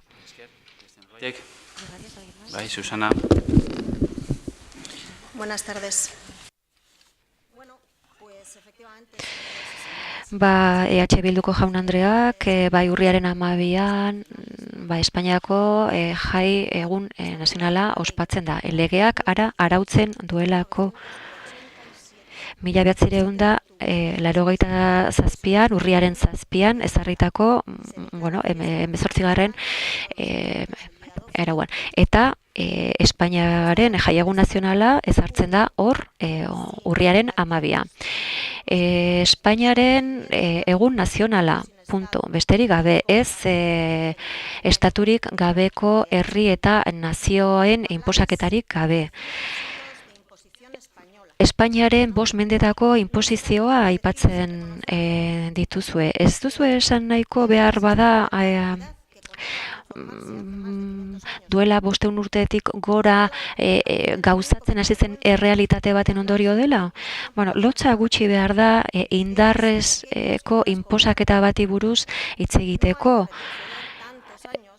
Urte asko atzera egin gabe aurkituko ditugu zuek bitarteko material eta fisiko guztiak erabilita zuen ideiak bortxa bidez ezartzen saiatu zaren kasuak aurkitzeko. Beraz, egun hori guztiok ospatuko dugu, baita onartu nahi duzuenek ere. Horrelakoa da demokraziaren jokoa. Eta, gogoratzen dizuet, zuek ere parte hartzen duzuela joko horretan. Eta, pasadan, hilontako 25ean batzuk ez ziren bozka ematera joan, baina hala ere, Eusko Jaurlaritza eratu egingo da. Halakoa da demokrazia. Eta demokrazian gaudenez, zuek eskubidea daukazue jai hori nahi bezala ospatzeko, nola ez. Baina besteok gauza bera egiteko daukagun eskubidearen errespetuan. Eta gainera, ziur gaude getxozarren gehiengoak hala uste duela. Guardia Zibila, udalerri hontatik joateko gonbita egitearena, bitxia da, baina ez zaude Gran Hermano programan. Ez diogu babesik emango mozio honi. Beste norbaitek? Santiago Sain. Eskerrik asko. Nik mozio hau irakurri nuenean, pena sentitu nuen. Ez dakit nork erakutsi zizuen zuei historia. Mitologia lauso bat esaldu nahi diguzue. Baina okerrena zera da. Euskaldunak zatikatzen saiatzen ari zaretela. Historia ikasle batek erraz atzera botako lituzten argudioak baliatuta. Espainiaren historia ezin da Euskadi gabe ulertu eta alderantziz. Zuetarrei kontaiezue, adoktrinatzeko erabiltzen dituzuen mituak eta ipuinak, baina ez zaitezte etorri osoko bilkura honetara zuen erudipenak ezartzera eta getxotarren iritziak zuentzat hartzera. Ze herri honetan iritzi ugari daude. Beste gauza bat ere esango dizuet gainera.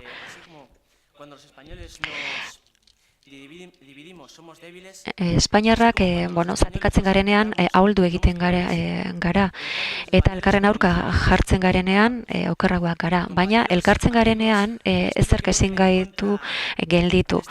Mesedez eskatzen dizuet guztioi, mozio honen aurka bozkatzea gure aurrekoen errespetuarengatik. Eta batez ere, herrialde demokratiko bat izaten lagundu digutenei. Oinaze handiaren ondoren altxatzeko gai izan ziren haien errespetuan. Haien gatik guztiagatik emaiozue ezezko bozka EH Bilduk aurkeztu duen mozio honi. Mila esker.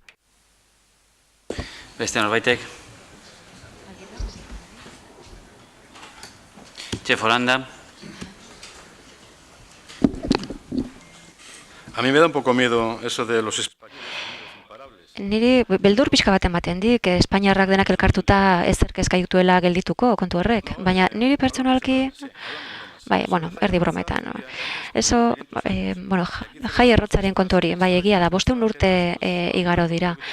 Eta, bai, jai errotz horietako batek baditu 1500 urte eta gero, adibidez, Eguberriena.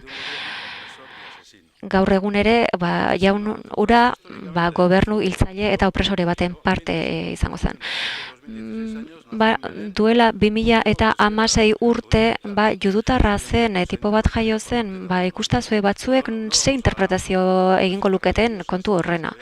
Eta, ospakizun erlijiosoak ere, interpretazio ugari dituzte, eta San Valentinen kasua adibidez ez dakit tokikoa den edo nongoa. Bizkaitarra ez da, beraz, igual Gipuzkoarra, horrelako eztabaidetan sartu gaitezke, baina, badago hainbat liburu oso gomendagarriak, Elogio de la pereza, La Fargena eta Elogio de la ociosidad beste bat. Hala diote hemen liburu hauetan, gure gizartearen benetako humanizazioa aisialdian, oporretan eta denbora librearen erabileran dago. Niri ez zaite lan egitea batere gustatzen. Hala diote bi liburu horietan. Hola, Mieba.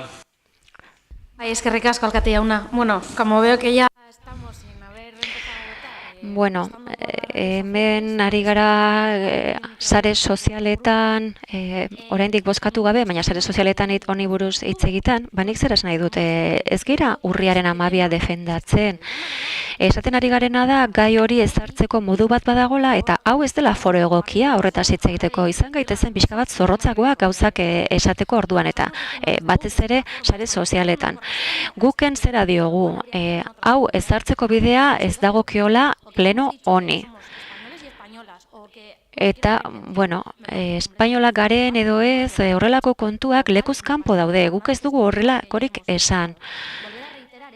Berriz ere azpimarratu nahi dut, guk ez dugu horrelakorik esan.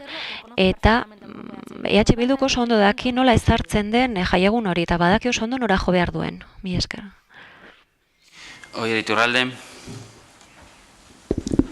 Bueno, azkenekotik hasiko naiz, bai, nola aipatu gaitu zuen, bai, badakigu zein den bidea, baina badakigu mozio hauen indarra zein izan daitekeen simbolikoa baldin bada ere.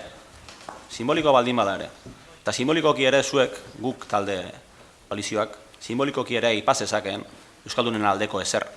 Aipatu ez duzunean mozio honetan, ezertxo ere ez duzu aipatu. Espainolen aldeko hitzak izan dituzue. Espainolen alde, edo behintzat, espainolek hala erabakitzen baldin dute, eurek espainoltasun hori babesteko eskubidea badaukatela. Eta hori izan da, zuek esan duzuena. Aipatu duzue baita ere, langileen estatutuak babesten dituela. Aipatu du baita ere, PSeko ordezkariak. Baina uste dut hori ez dela hemen eztabaidai daukaguna.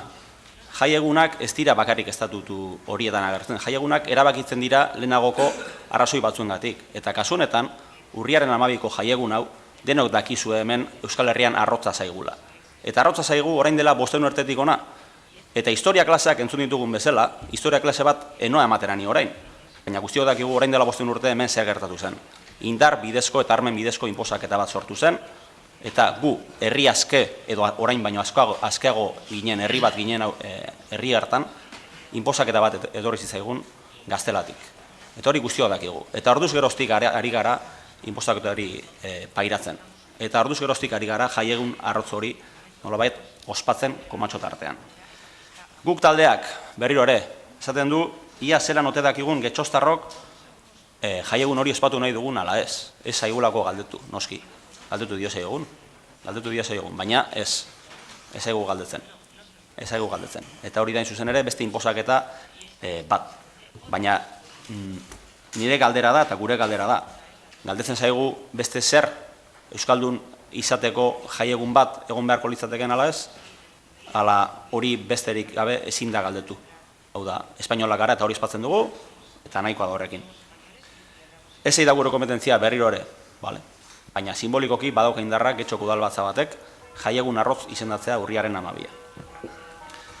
Historiako klaseekin jarraituz eta PPko ordezkariak esan duenez, konparaketa bat egiten hasi da, eta konparaketak nekez eramaten gaituzte puntu egokietara.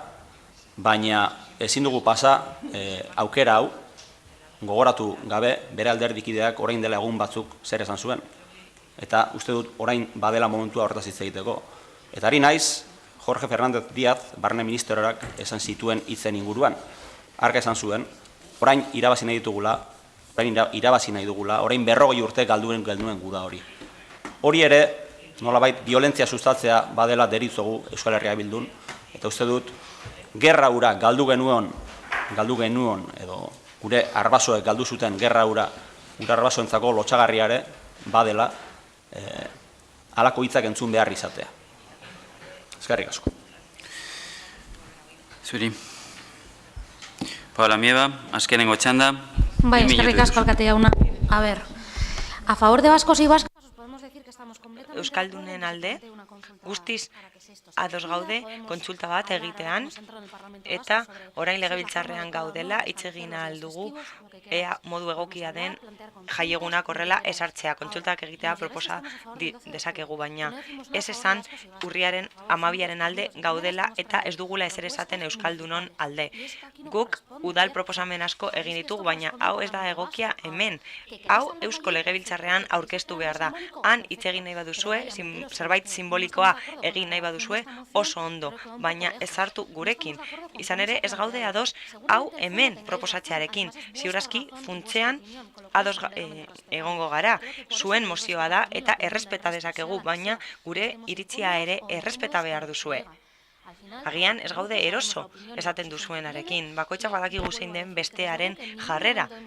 Eta ez dugu esan guketik euskaldunen aurkako ezer, ez da espainolen aldeko beste ezer. Izan ere, jaiegunak esartzeari buruz ari gara.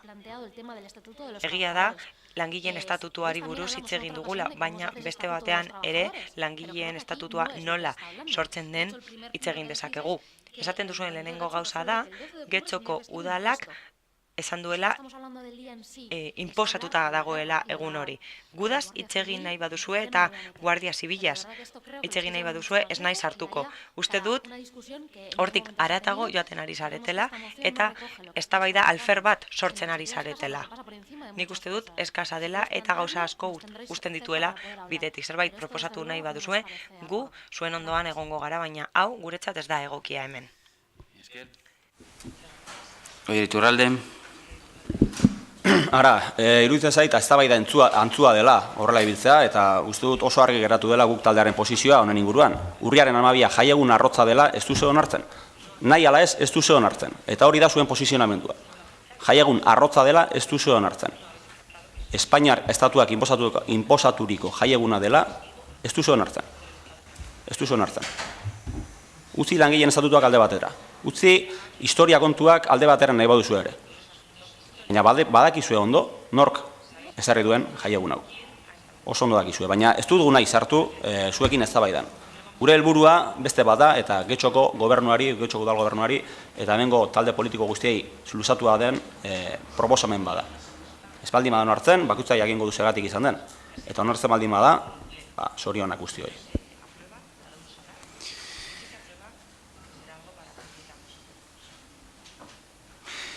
Beste norbaitek, ez dela bosketara pastuko inateke. Bosketara, beraz, mozioaren alde, EH Bildu, abstentzioak, jeltzaleak, kontra, guk Getxo, sozialistak, Ciudadanos eta Alderdi Popularra, beraz, bertan bera geratzen da mozioa, eta urrengo ora pasatzen gara. 182. puntuan EH Bildu udaltaldeak aurkeztutako mozioa, sakabanaketari stop. Nerea Jarrubia, zurea da hitza. Arrastion. Udal batza honetan eztabaidatu nahi dugu beste behin ere sakabanaketak preso politikoen zenide eta lagunengan eragiten duen oinasea. Astez aste adineko gizon emakumeak, haurrak eta gaixo dauden pertsonak beste askoren artean, 100 kilometro egitera behartuak izaten dira maite duten ama, aita, bikotea, zenidea edo laguna ikusi ahal izateko. Milaka kilometro, 11 ordu amai ezin kontaktu fisiko oro eragotzi egiten duen kristal baten atzean 40 minutuz elkar ikusteko. Gaia udalbatzara behin eta berriro ekartzen dugula esango diguzue, eta hala da. Baina giza eskubideen urraketek ez dute amaiera datarik. Egunero, minutu oro, milaka pertsonen eskubideak urratuak izaten dira. Sakabanaketa kolektibo zabal baten errepresio makinaren irudi bihurtu dela. Iraieko lehenengo asteburuan, Guardia Zibilaren ibilgailu batek filmetan ohikoak izaten diren neutralizazio maniobra baten bidez, pistolak eskutan harturik, Kordoban espetzeraturik dauden presoak bizitatzera zijoan furgoneta gelditu zuen. Gidariak lurrean egon behar izan zuen armaz lepo zeuden poliziek ibilgailua miatzen zuten bitartean. Miaketa birritan egin zuten, tentzio handiko pasadizoa eraginez. Zoritzarrez, pasarte hau ez da salbuespen bat. Egunero, astebururo, tentzio eta arrisku handiko uneak bizi izaten dira errepidetan. Ehundaka lagun behartuak izaten dira, udako bero itogarriari edo neguak eragindako euri eta lurtei aurre egitera. Horiek, urduritasuna, nekeari eta Guardia Zibilaren kontrolek eragindako segurtasun faltari ere egin behar diete aurre. Hamarkadak dira Euskal Herriko askatasun prozesuarekin konprometituen dagoen kolektiboarekin amaitzeko asmoz, sakabanaketa politikoa martzan jarri zutenetik. Horregatik, aurreko guztiagatik, udalbatza honi eskatu nahi diogu zera. Kordoban espetzeraturik dauden senide eta lagunak bizitatzera zijoan furgonetak, Guardia Zibilaren partetik sufritu zuen erasoa arbuiatu dezala. Eta barne ministerioari eta dagokionari mendekuan oinarritutako sakabanak eta politika krudelarekin amaitzeko eskatu diezaiola.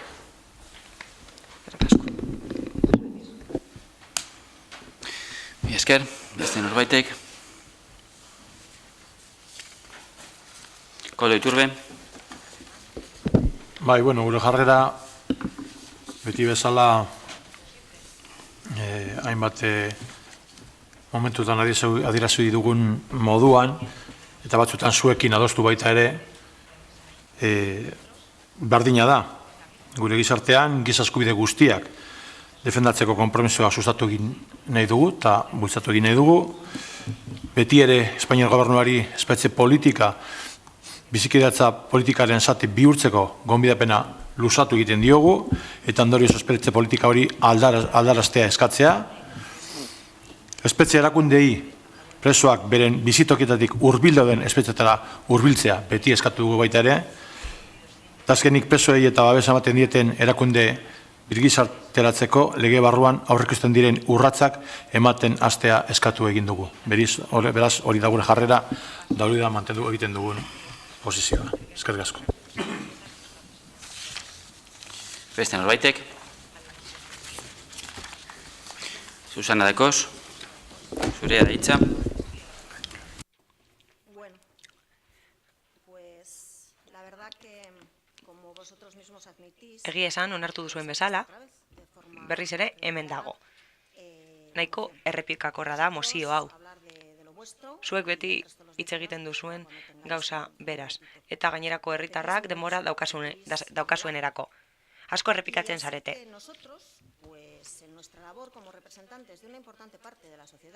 Guk gizartearen atal handi bat ordezkatzen dugu eta gogoratu nahi dizuegu zigorra betetzen dutela errudun aitortu dituztelako epaiketetan. Epaiketa horietan egon dira delituak egin dituztelako. Askok besteen bizitzaren aurkako delituak burutu dituzte.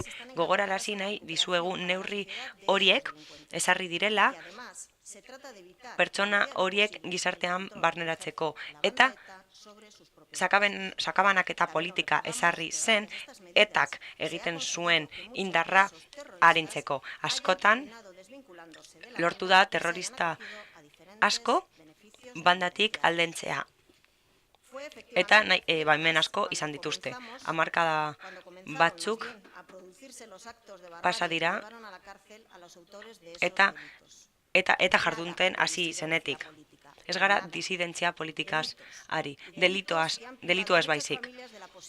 Delitu horiekin familia askok senideak galdu dituzte. Hil zituztelako. Zer emango zuten haiek bidai bat egiteko, minutu bat eukitzeko eta berriz euren senideekin egoteko? Guardia Zibilaren jarduketari dagokionez, zer esango dut? Ez dut zalantzan jarriko, eta ez dut pentsatuko handitu nahi duzuenik gaia, baina filmetan bezala, bi bertsio daude beti. Hau, esan da, ez dugu mozioaren alde bozkatuko. Eskerrik asko. Bai, eskerrik asko, alkate jauna. Bueno, sí, hemos dicho de forma reiterada, como dice en la moción, que... Mozioan, esaten den bezala, askotan esan dugu, badakigula zein den presoen egoera eta dituzten zailtasunak. Hala ere, gogorarazi nahi dugu funtzionamendu modu honek ez duela babesik izango. Beti daukagulako arazo bera. Nik uste dut publizitatea dela, EH Bildu taldearen publizitatea. Eta ez erabaki bat lortzeko asmoa. Ez dugu zalantzan jartzen hau gertatu denik eta giza eskubideen alde gaude noski.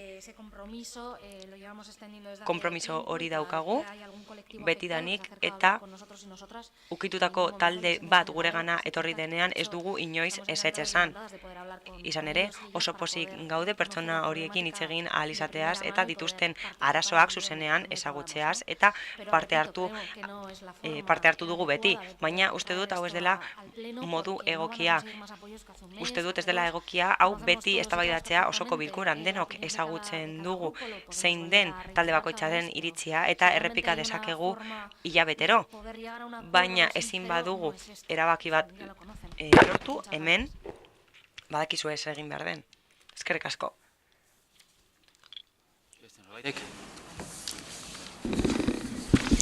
Arrastion berriz ere. Bueno, ondo esan duzu ez, askotan ekarri dugula olako mozioa, tankeranotako mozioak ekarri ditugula udalbatza honetara, helburu bakar batekin, posizionamendu politiko edo posizio politiko ezberdinetakoek bat egitea, sakabanaketaren aurkako diskurtzuarekin. Eta hori izan da zedea, ez besterik, ez aizkigulako berezik gustatzen mota honetako mozioak, ez da astuna garelako, bai, izan gaitezke astunak, bai, baina ez horregatik. Eta, bueno, gure asmoa da, beti bezala horrelako tankera honetako mozioekin, jendartean gaur egun gertatzen ari den sakabanaketaren aurkako mezu hori ona ekartzea. Eta hori ikustaraztea hemen. Ze gertatzen da sarritan, eta hori da azkenengo hilabetetan probatu izan duguna, konprobatu izan duguna, ez dala, jendartean gertatzen ari den sakabanaketaren aurkako mezu hori ona ekartzen. Eta alderdiek zein posizio politiko ezberdinek ez dozuela zuen egiten mezu hori. Horregatik guztiagatik jarraituko dugu. Egia da, hemendik ez dugula sakabanaketa gailduko, ez daukat inolako zalantzarik.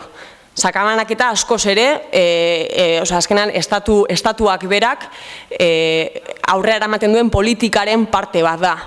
Baina argi dagoena da, hemendik ere, mozio horren bitartez adierazpen komun bat lortu daitekeela. Ezin ditugulako ukatu, hainbat gauza gertatzen direnak, gure gizartean, gure jendartean eta gure herrian ere bai. Izan ere, 371 Euskal Herritar Euskal Herri 100 kilometrora egongo ez balira bezala ezin dugu jardun. Bai, ez da Euskal horietatik 10 oso gaitzorik daudela eta dispertsatuta jarraitzen dutela. Eta ezin dugu ukatu ere, herri honetan 8 preso politiko daudela milaka kilometrora. Eta astebururo badoazela euren senideak, euren lagunak, errepide hartu eta arriskuan jartzen dutela euren bizitza. Orduan, hori guztia ezin dugunez ukatu, jarraituko dugu, hiero ekartzen mozioak. Eta, publizitatearena ez dut uste inondik inora, marketing ikasketak eginda dauzkagunuk hemengook, bai, uste dugu, nolabait, beharrezkoa dela ere, udalbatza honek ekartzea, udalbatza honek adieraztea argi eta garbi dispertsioaren aurka dagoela. Eta elkartasuna helarazten diela, astero kilometro pila egiten duten familiei. Gero ere esan dute, ez? Hemen atzetik Alderdi Popularrekoek esan dute, goratu dute kartzela politika hori, baina astu zaie aipatzea, kartzela politika horrek ekarri dituen sari eta alde on guztien artean aipatu zaie hastea zenbat istripu egon diren, zenbat zauritu eta zenbat hildako egon diren dispertzioaren aurka. Beraz, hurrengo baterako alde honen artean ere, ez dakit aipatu behar dituzuen horiek, edo aldetzar bezala, dinot, gauza guztiak egoteko. Eta bueno, nik esaten dizuet, eta oraingoan zin egiten dut oraingoan, gu baino askoz nekagarriagoa direla astero egiten diren bidaiak, bai? Estatuek Euskal Herritarrak jasartzeko, intimidatzeko ere horrelakoetan ere areagotzen da neke hori, ez? Eta hori da azken finean ere mozionen bitartez ekarri nahi genuena. Beraz, bueno, besterik gabe, bakoitzaren iritzi eta posizio argi geratzen da, nik badakit eta guk badakigu beste hilabete batzutan saiatu garela horrelako mozioak aurretik lantzen beste alderdiekin eta alderdien erantzuna oso antzekoa izan da. Beraz, hori ere ez nuke inondik inora aitzakitzat hartuko. Besterik gabe, eskerrik asko. Paula Mieba. Esan behar dut, beti agertu garela sakabanaketaren aurka. Beti esan dugu gauza bera eta ez dugu arazorik, badakigu arazo hau gizartean dagoela. Eta bai, hau estatutik egiten da. Hemen, naiz eta gure jarrera erakutsi, gure iritzia da, bakoitzak bere iritzia dauka, eta gurekin ez duzue mozio hauei buruz hitz egin. Mozio askori buruz hitz egin duzue, baina mota honetako mozioi buruz ez dugu hitz egin zuekin. Agian beste talde batzuekin landu dituzue, baina ez gurekin. Horregatik, horrelako mozio bat ekartzen duzuenean, beti gogorarazten dut, gure taldearekin ez duzuela hitz egin, eta ez duzuela lan egin jarrera komun bat lortzeko. Badakigu eta ulertzen dugu zer esaten duzue, baina ez duzue gurekin hitz egin. Ez dakit beste talde batzuekin hitz egin duzuen, eta hala bada errespetatuko dugu.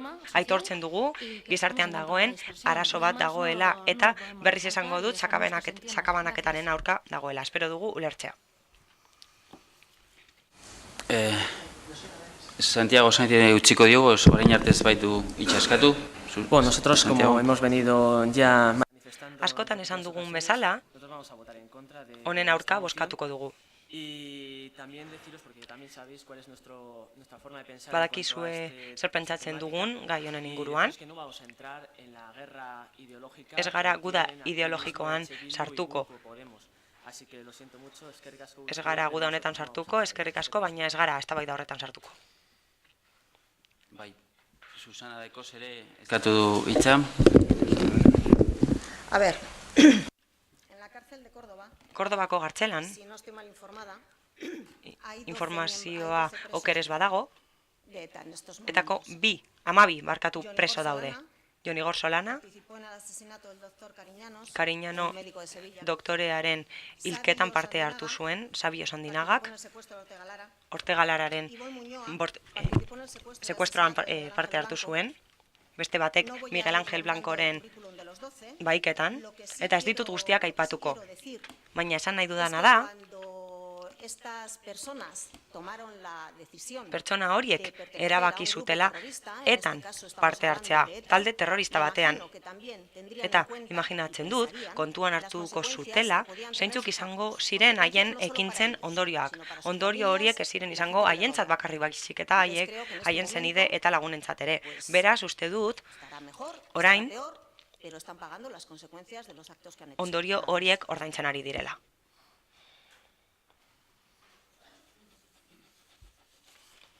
Txef Holanda. Astu zait. No, dio, como perdiz posición política y... Jarrera politikoa eskatzen duzue eta ez badugu zer esaten agian gaizki ulertuko duzue. Bi gauza esango ditut. Errepikatu ditugu aurreko mozioetan, baina ez da gauza bera. Sozialistak beti agertu gara osoko bilkuran eta beste erabide batzuetan ere agertu gara sakabanaketaren aurka. Esan nahi dut, Susanarekin ados nagoela, hobe da bizitatzea, ezin bizitatzea baino. Baina ere esan nahi dut, beti komentatzen dugula gauza bat. Preso politiko horien izaera. Askotan aipatu dugu, ez dakit zer diren terroristak, delinkuente arruntak, baina nik ezin dut ahaztu Ramon Rubial izan zela, Gartzelan denbora gehien egon zen presoa. Bere ideiengatik egon zen espetxean. Eta gauza bitxiak dira horiek.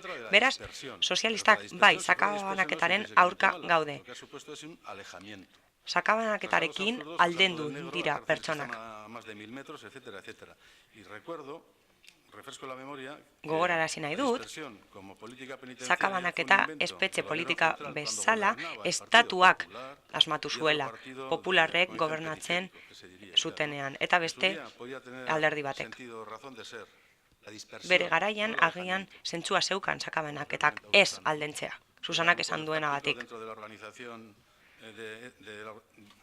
Etaren antolakuntzan indarra zuten eta hobe zen banatzea, ez koordinatzeko eta batera ez jarduteko. Sakabanaketaren gaia berria da, aldentzea alferrikako sufrimendua da, baina argi geratu behar da ez direla preso politikoak. Eta Guardia Zibilak furgoneta bat gelditzea ez dut zalantzan jartzen, baina orain jakin izan dut hori. Nik uste dut jarrera politikoa argi dagoela. Bai, orai bai. Nerea Gijarrubia. Eskerrik asko. Bueno, besterik gabe, ez naiz hartuko eztabaida antzuan, entzun dira ia posizio guztiak eta besterik gabe, nik esatea gauzatzu bet hori, preso horiek pairatzen duten dispertzioaz aparte, euren familiek ere pairatzen dutela zigor hori, zigor gehigarri hori. Beraz, kasu honetan familiek uste dudala, inondik inora ez daukatela ezer zor inori. Euren familiek eta eurak dira pairatzen dutena gehien batez ere, astebururo dispertzio hori. Eta besterik gabe nik gukekoi esatea, ez? Nik badakigu askotan hurbildu garela zuen gana gai hauekin, eta zuen jarrera ona erakutsi diguzuela, landu duzuela, baina gero egia da, askotan abstenitu egin zaretela, ambiguetate eta ez definitze edo eseaztasun horretan mugituz. Beraz, guk esaten duguna da, eta izaera politikoari dagokionez, izaera politikorik ez balute agian hemen hurbil egongo lirateke. Beraz, sakabanaketaren kausa nagusia agian hori da, ez? Gatazka politiko baten ondorengo kausa edo ondorio politikoak ere eurak badirela. Beraz, besterik gabe, esatea jarraituko dugula ekartzen, gaia plazaratzen, gaia palestrara ekartzen, uste dugulako ere beste bide badelako ona gai honen inguruan hitz egitea. Eta horrela jarraituko dugu denok, edo behintzat ia denok, dispertzioari aurregin eta salatuko duen adierazpen bat osatu arte. Bitartean, horrela jarraituko dugu eztabaidatzen eta gaia ona ekartzen. Eskerrik asko. Beraz, bozketara partzen gara, mozioaren alde, Bildu, abstentzioak, jeltzaleak eta guk getxo, kontra, sozialistak, alderdi popularra eta Ciudadanos, beraz, bertan bera geratzen da mozioa. Urrengora pasten gara, eta 83. puntuan Bildu altaldeak orkestutako mozioa, udalkideentzako gabonetako hotzarak edekitzea. Ibon Rodríguez, zuria gaitza. Bai, arratzaldeon. Ia zein bezala, osoko bilkura honetara gabon otarren proposamena dakartzagu. Egun ez dago nagusi eskuzabalak ematen duen aparteko ordainsaririk edo lan hitzarmenetan jasotzen den eta enpresa eta erakunde askotan 12 pagatan banatzen den eskubidea baizik. Hala ere, erakunde zein enpresa askotan ez da galdu gabonetako otarra langileen artean banatzeko ohitura. Ez da Getxoko udaletxean ere. Izan ere, langile guztiek badute 100 euroko balioa duen otarra jasotzeko eskubidea edo horren ordez balio bereko deskontua Getxo Kirolak edo musika eskolako urteroko tasan. Langile guztiek duten eskubide bera da, kategoria edo soldaten arabera inolako berezitasunik egiten ez duena. Egia da batzuek nahiago luketela aparteko sari moduan jaso ordez oinarriko soldatan barneratua izatea kopuru hori. Eta beste batzuek, berriz, 100 euro horiek aipatutako zerbitzuetan ezik beste udaltasa batzuetan deskontatu ahal izatea lehenetsiko luketela. Horiek sindikatuek eta langileek erabaki beharko lituzken kontuak dira, eta ez gara orain horietan sartuko. Dena den badago, udalangileria ez den kolektibo bat, Gabonetako otarra ere jasotzen duena. Gu, alegia, kargo publikoena, zinegotziok, gure ordainsaria ez gain, Gabonetako otarra jasotzen dugu. Gabonetan langileek duten aukera berdina dugu, 100 euroko balio duen otarra edo horren baliokidea jasotzeko. Naiz eta gurean, halako lan eskubidirek izdagoen. Horregaitik, honako proposamena luzatzen diogu osoko batzari. Aurreantzean ez da onartuko zinegotziak alkatea barne Gabonetako otarra erostera edo horren baliokidea eramatera zuzenduriko partidarik. Aurten partida hori aurreikusita egongo den heinean, aurreikusitako diru kopurua 2.500 euro alegia diru laguntza berezi gisa bideratuko da Bizkaiko elikagaien bankura. Eta hori da, eskerrik asko.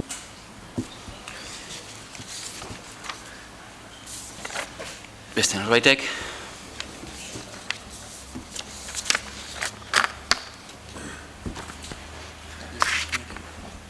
Iñaki Amorortu. Eskerrik asko. Bueno, comentar para nuestra votación en esta moción, pues que ya en noviembre... Gure bosketari dagokionez, 2015ean antzeko testu bat ekarri genuen osoko bilkurara, eta gure jarrera koherentea izango da, guztiz ados gaude mozioarekin. Ados gaude otsara horiek beste batzuei ematearekin, hau da, behar dutenei ematearekin. Izan ere, aurreko urtean otsarak Bankos de Alimentos elkarteari eman genien eta argi utzi nahi du zinegotziak kargu publikoak garela eta koherenteak izan behar gara. Beraz, behar dutenei eman behar diegu otsara hauek.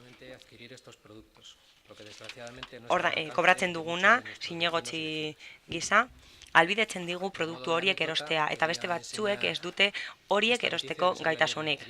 Hau, atzoa atera zen egunkarian, eta berri honek esaten du. Getxo, erosketa egiteko hiririk garestienetako bat da. Gogorarazi nahi diet beste alderdi politikoei eta hedabidei ere. Guk otsarak eman genizkiela eta gainera 460 euro baino gehiago ematen ditugula hilero. Hau da, dieten soberakina da eta osoko bilkura bakoitzean dietak kobratzen ditugula. Ez inoiz SMI baino gehiago. Dietak 800 euro baino gehiagokoak dira eta 460 ematen ditugu hilero. Gainera, urtero ONG bati ematen diogu diru kopuruari. Eskerrik asko. Beste norbaitek, bai. Santiago Sainz, zure da hitza. Bueno, me parece... Oso ondo iruditzen zait, oso laudagarria, hemen osoko bilkurara ekarri duzuen mozio hau, bai, prentsa oharretan eta kamaren aurrean oso ondo gelditzen da, baina uste dut demagogia hutsa dela. Izan ere, zuen ekintzak eta eskaerak analizatzen bat ditugu hemen plenoan, ez dira oso egokiak. Iaz, eskatu zenuten alderdien aholkolarien postuak entzea, baina hortxe daukazue zeuena.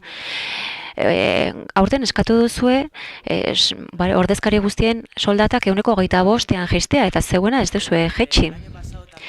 Iaz ere, data hauen inguruan eskatu zenuten antzeko zerbait Gabonetako hotzaren kentzea. Eta guk ere elikagaien bankura bideratzen ditugu. Hala ere, hau plenora ekartzea erabaki duzue. Uste dut lehendakaritzako batzordoetara eraman behartzen dutekela hau alderdi guztien artean eztabaidatu dezagun.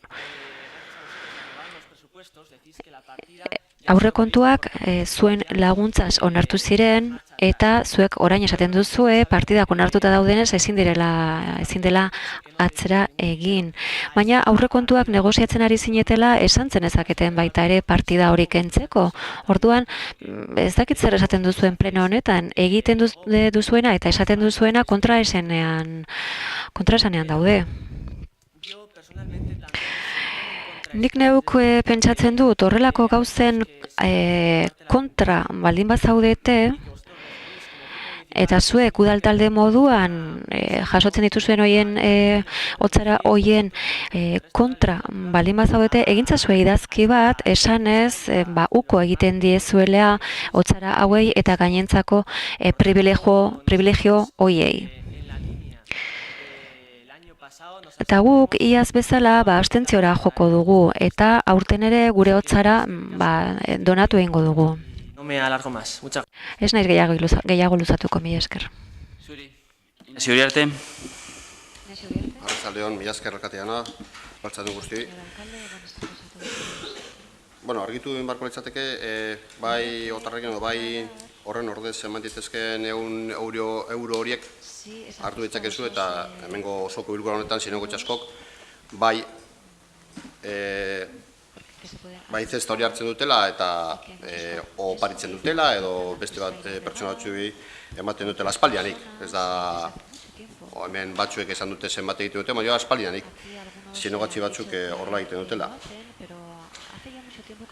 Bai, nik gauza batek kezkatzen hau, eta hemen agertzen den moduan, naiz eta gure kasuan alako lan eskuderik ez dagoen, ez dakit gero erderaz jartzen duen, aunque en nuestro caso no tenemos derechos laborales, hombre,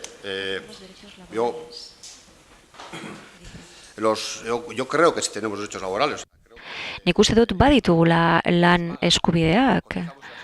Ordaindu egiten digute, gizarte segurantzan kotizatzen dugu, baja eskubidea daukagu, eta, bueno, 100 euro horiek, errententzio bat izaten dute, 2015ean hala egin zen, bai batzuk harritu egin zarete, baina hala da, egiaztatu egin dugu. Gutxienez, udal soldatapean gauden esonegotzien kasuan. Udal langileak bezala. Eta nik iaz bezala, esango nuke, eskubidei privilegio deitzea naiz txikiak izan, nahi izan ezkero eraman ezazue negoziazio mahaira, itzein ezazue horretaz sindikatoekin, hori kentzeko. Baina, uste dut, mozio honetan hori egiteko ausardia falta dela, iazkoan bezala, joan zaitezte sindikatuekin hitz egitera, konbentzitu itzazue sindikatuak, eta jartezatela hori negoziazio mailaren gainean, eta jarraitu dezala bide normala. Eta gero berriz esango dut, badira urte asko, zinegotzi askok, saskioiek oparitu egiten dituztela, eta ez dute hori esaten. Norbaitek egin dezake horren propaganda edo ez. Ez dakit zer helburutarako. Ez dute gai honi buruz, besterik esango, uste dute ez duela merezi. Ivo Rodríguez. Bai, eskerrik asko. Egia esateko kontu hau ez da zein da donazio gehien emateko horren inguruko lasterketa bat. Ez da guk ekasko ematen duen, edo Ciudadanosek ere ematen duen, eta guk egiten dugun gure otarrekin. Baina ez dugu lertzen, zergaitik denok ematen baldin badugu otarrekortik, zergaitik gastatzen dugu udal aurrekontutik 2.500 euro urtero privilegiotan. Eta privilegioak dira. Privilegioak dira batez ere gu, zinegotziok ez garelako udal langileak. Ez da, otarrak, baldin badira udal langilean eskubideak, hemen zinegotzi guztiok ez gara udal langileak. Badaude, zinegotzi batzuk udal langileak ez direnak, udal soldatarik ez daukatelako. Oier, Miguel, Susana, Enrique, Teresa, Nerea, Iñaki eta Susana, nik dakidanez. Ez dira, Susana igual bai. Susana ez barkatu. Ez dira udalangileak. Ez daukate inolako soldatarik udalaren gandik. Beraz, udalangile bezala zergaitik jasotzen dute otarra. Bestetik, zinegotxio gara herritarron ordezkariak, ez udalangileak. Eta ordezkari bezala alderatu behar ditugu gure eskubideak agian herritarrokin eta ez langileokin.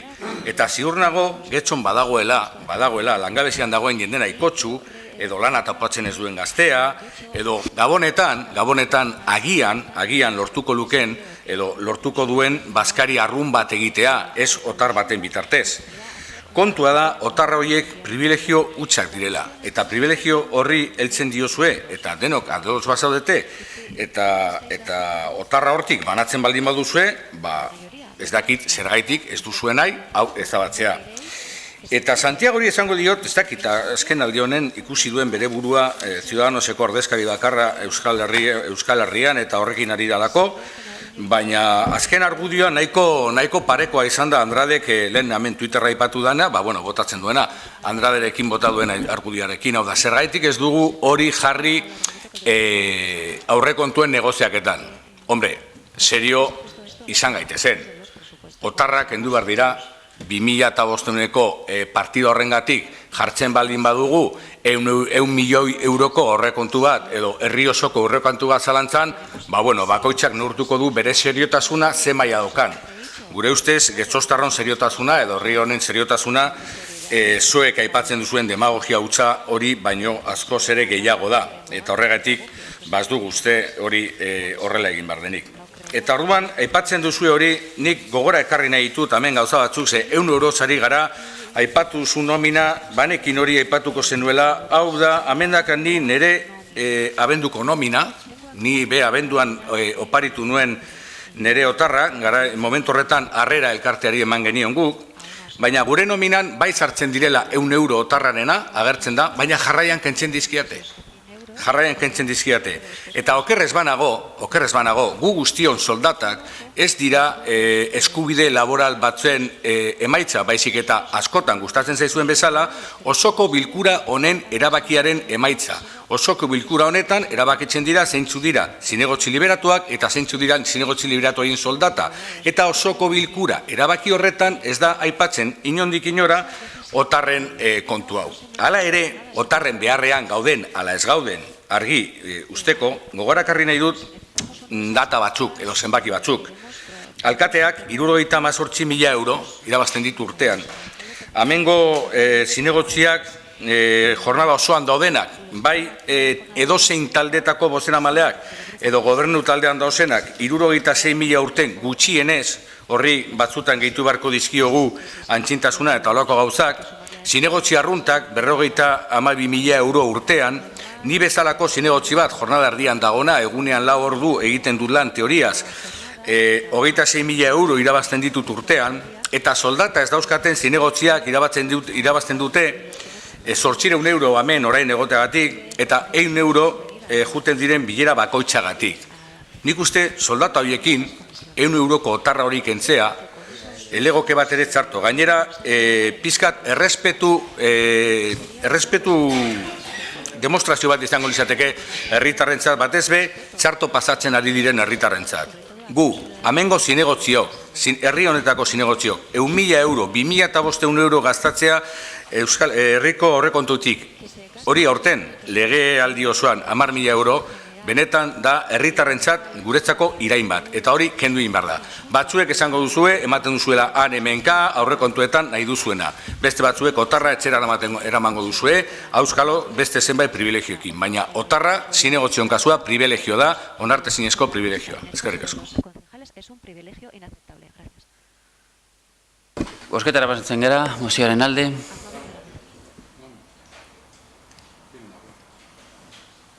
Eskatu, bai, Raquel González. Buenas tardes. Arratsaldeon. Ibon, esan dizute dagoeneko.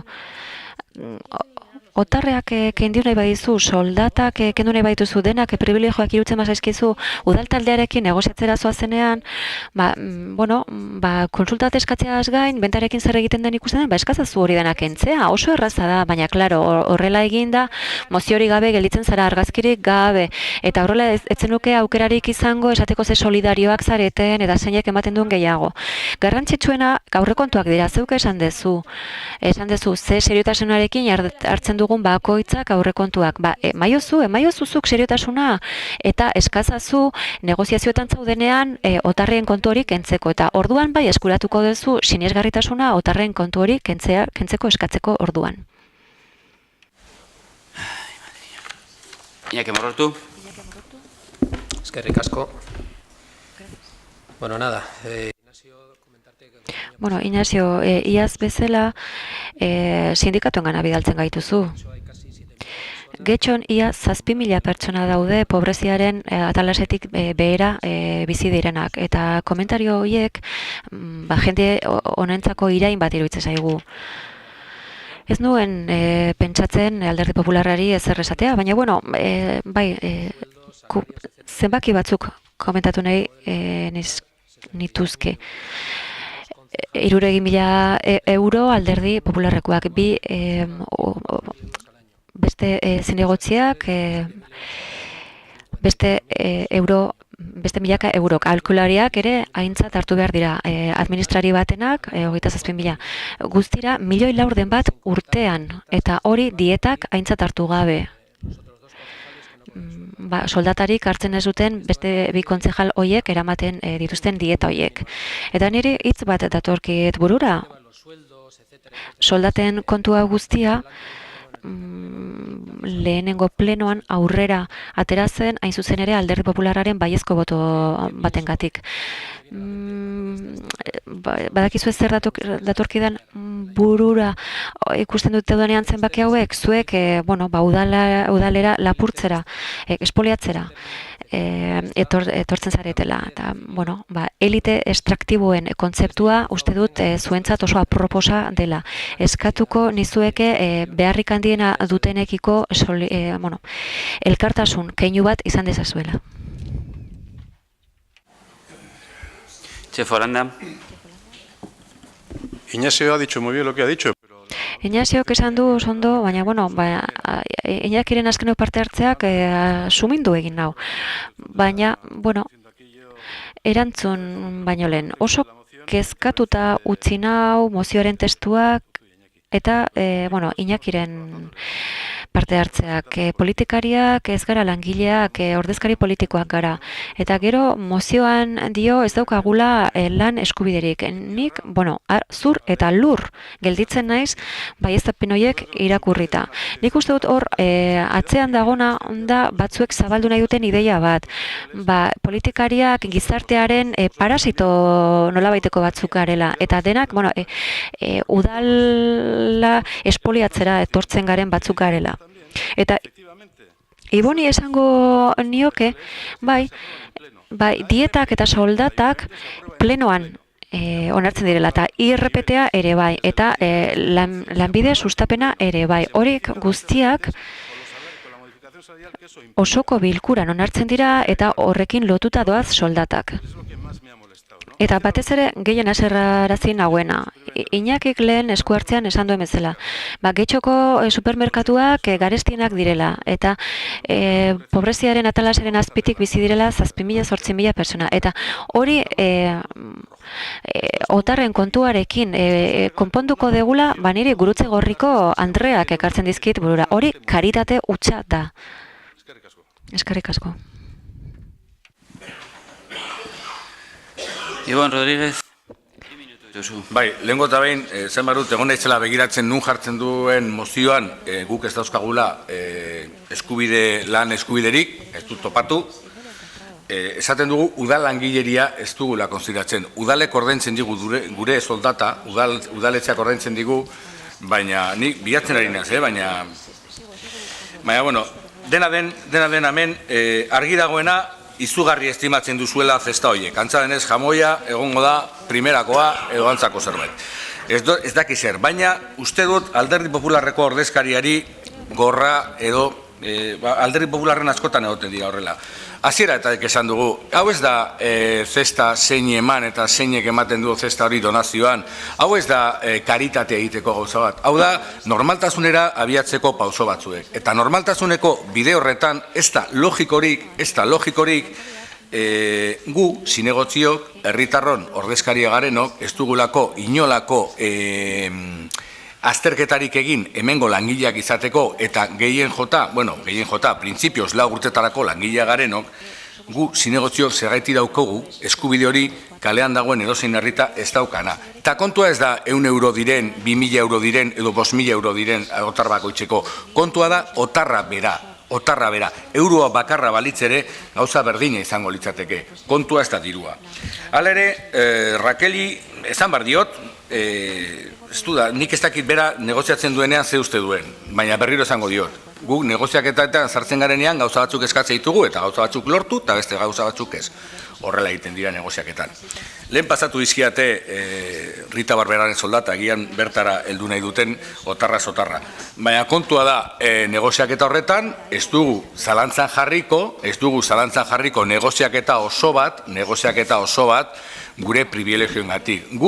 Guri ematen dizkigu zuen privilegio horiek eta hartu behar ditugun privilegio horiei egiten diogun erabilera argi daukagu. Baina esaten duguna da, zergaitik ez ditugu privilegio horiek kentzen. Eta berdin dio zenbat da dirua, argi dago ez dugula pobrezia konponduko 2500 eurorekin. Baina behintzat, kalean dagoen hilabete bukatzeko zailtasuna dagoen edonori ez diogu inolako irainik egingo. Eta gero gainera ez diogu eskatuko boskatzera tortzea mesedez. Ibon, Rodri galditu dituzu, minutu mesedez, mi esker.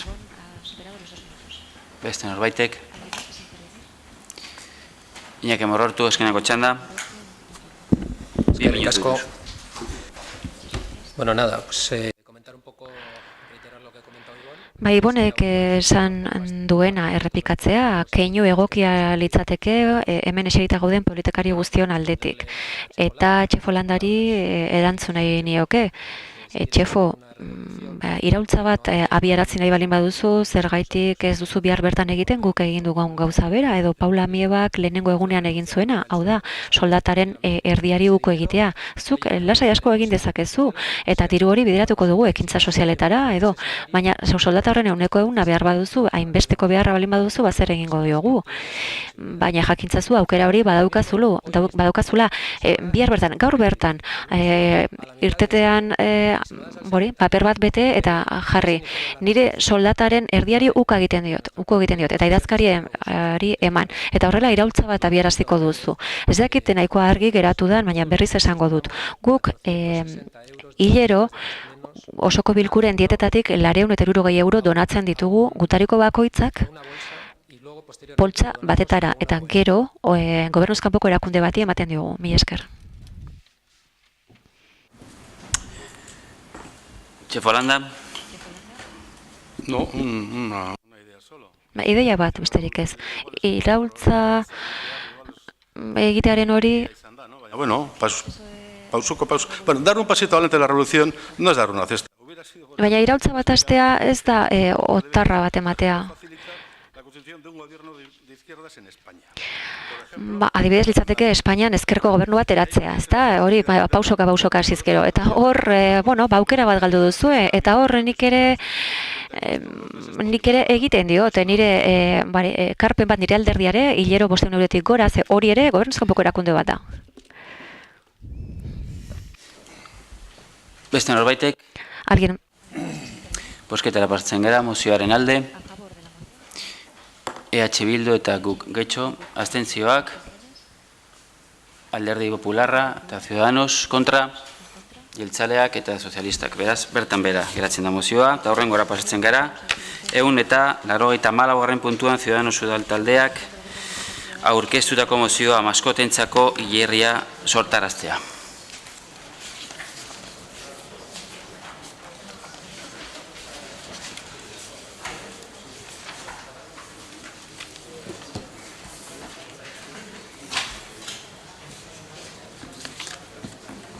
Santiago Sainz, zure da hitza.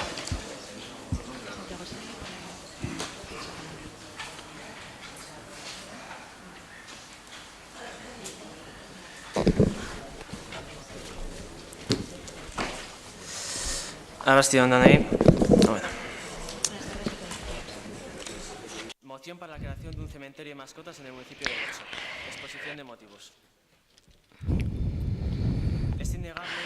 Ezin daukatu gizartean animaliez daukagun ikuspegia aldatu egin dela denbora igaroala. Gaur egun oso ondo dakigu gizakiaren eta bere maskotaren arteko bizikidetzak erraz antzeman daiteken maitasunezko lotura eragiten duela. Jolaskidea da, babesa eskaintzen du, laguntzen du eta etxe bizitzan segurtasun handiagotzen du, azkenean familiakide bihurtzeko. Maskotarik eduki duen edonork eta multzo horren barruan getxotar asko daude. Badaki udal talde honek zer esaten duen animalia horiek eskaintzen diguten laguntasun desinteresatua goresten dutenean.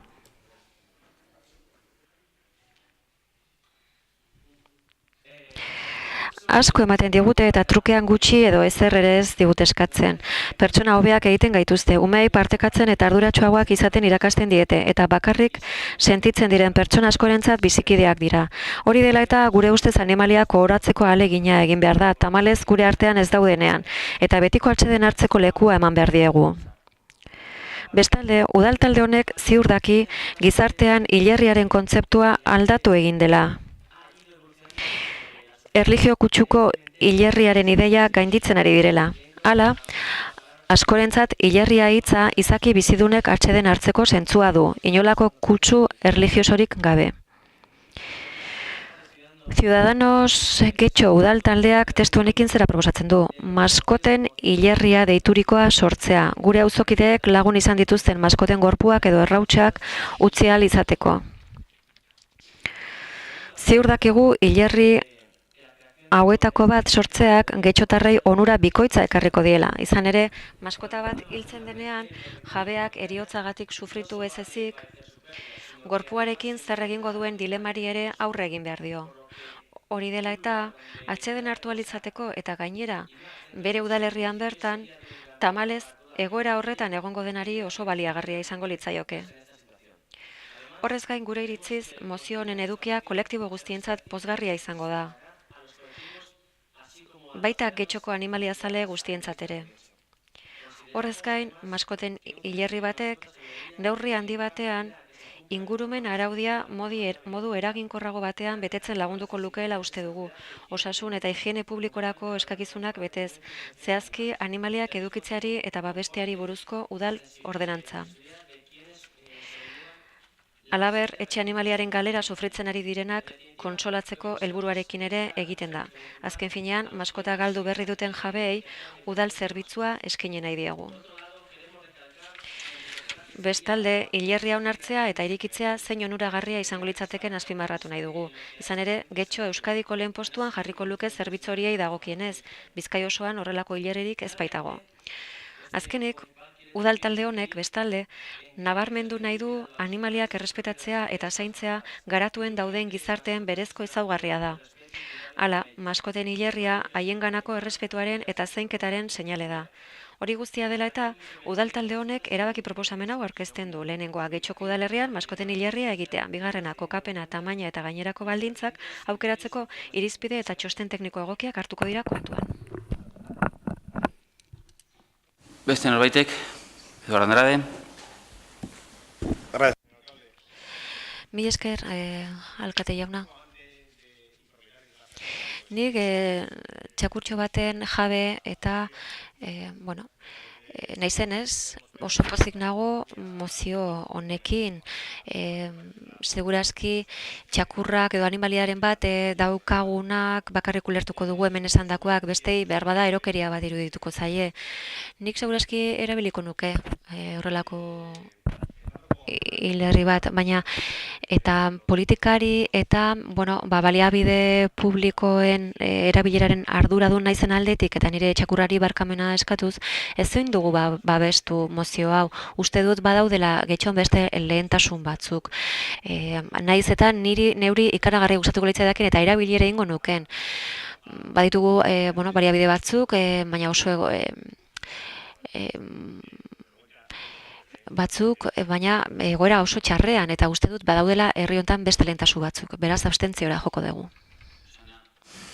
Andoio, zure haitz. Gracias, señor alcalde. Buenas tardes.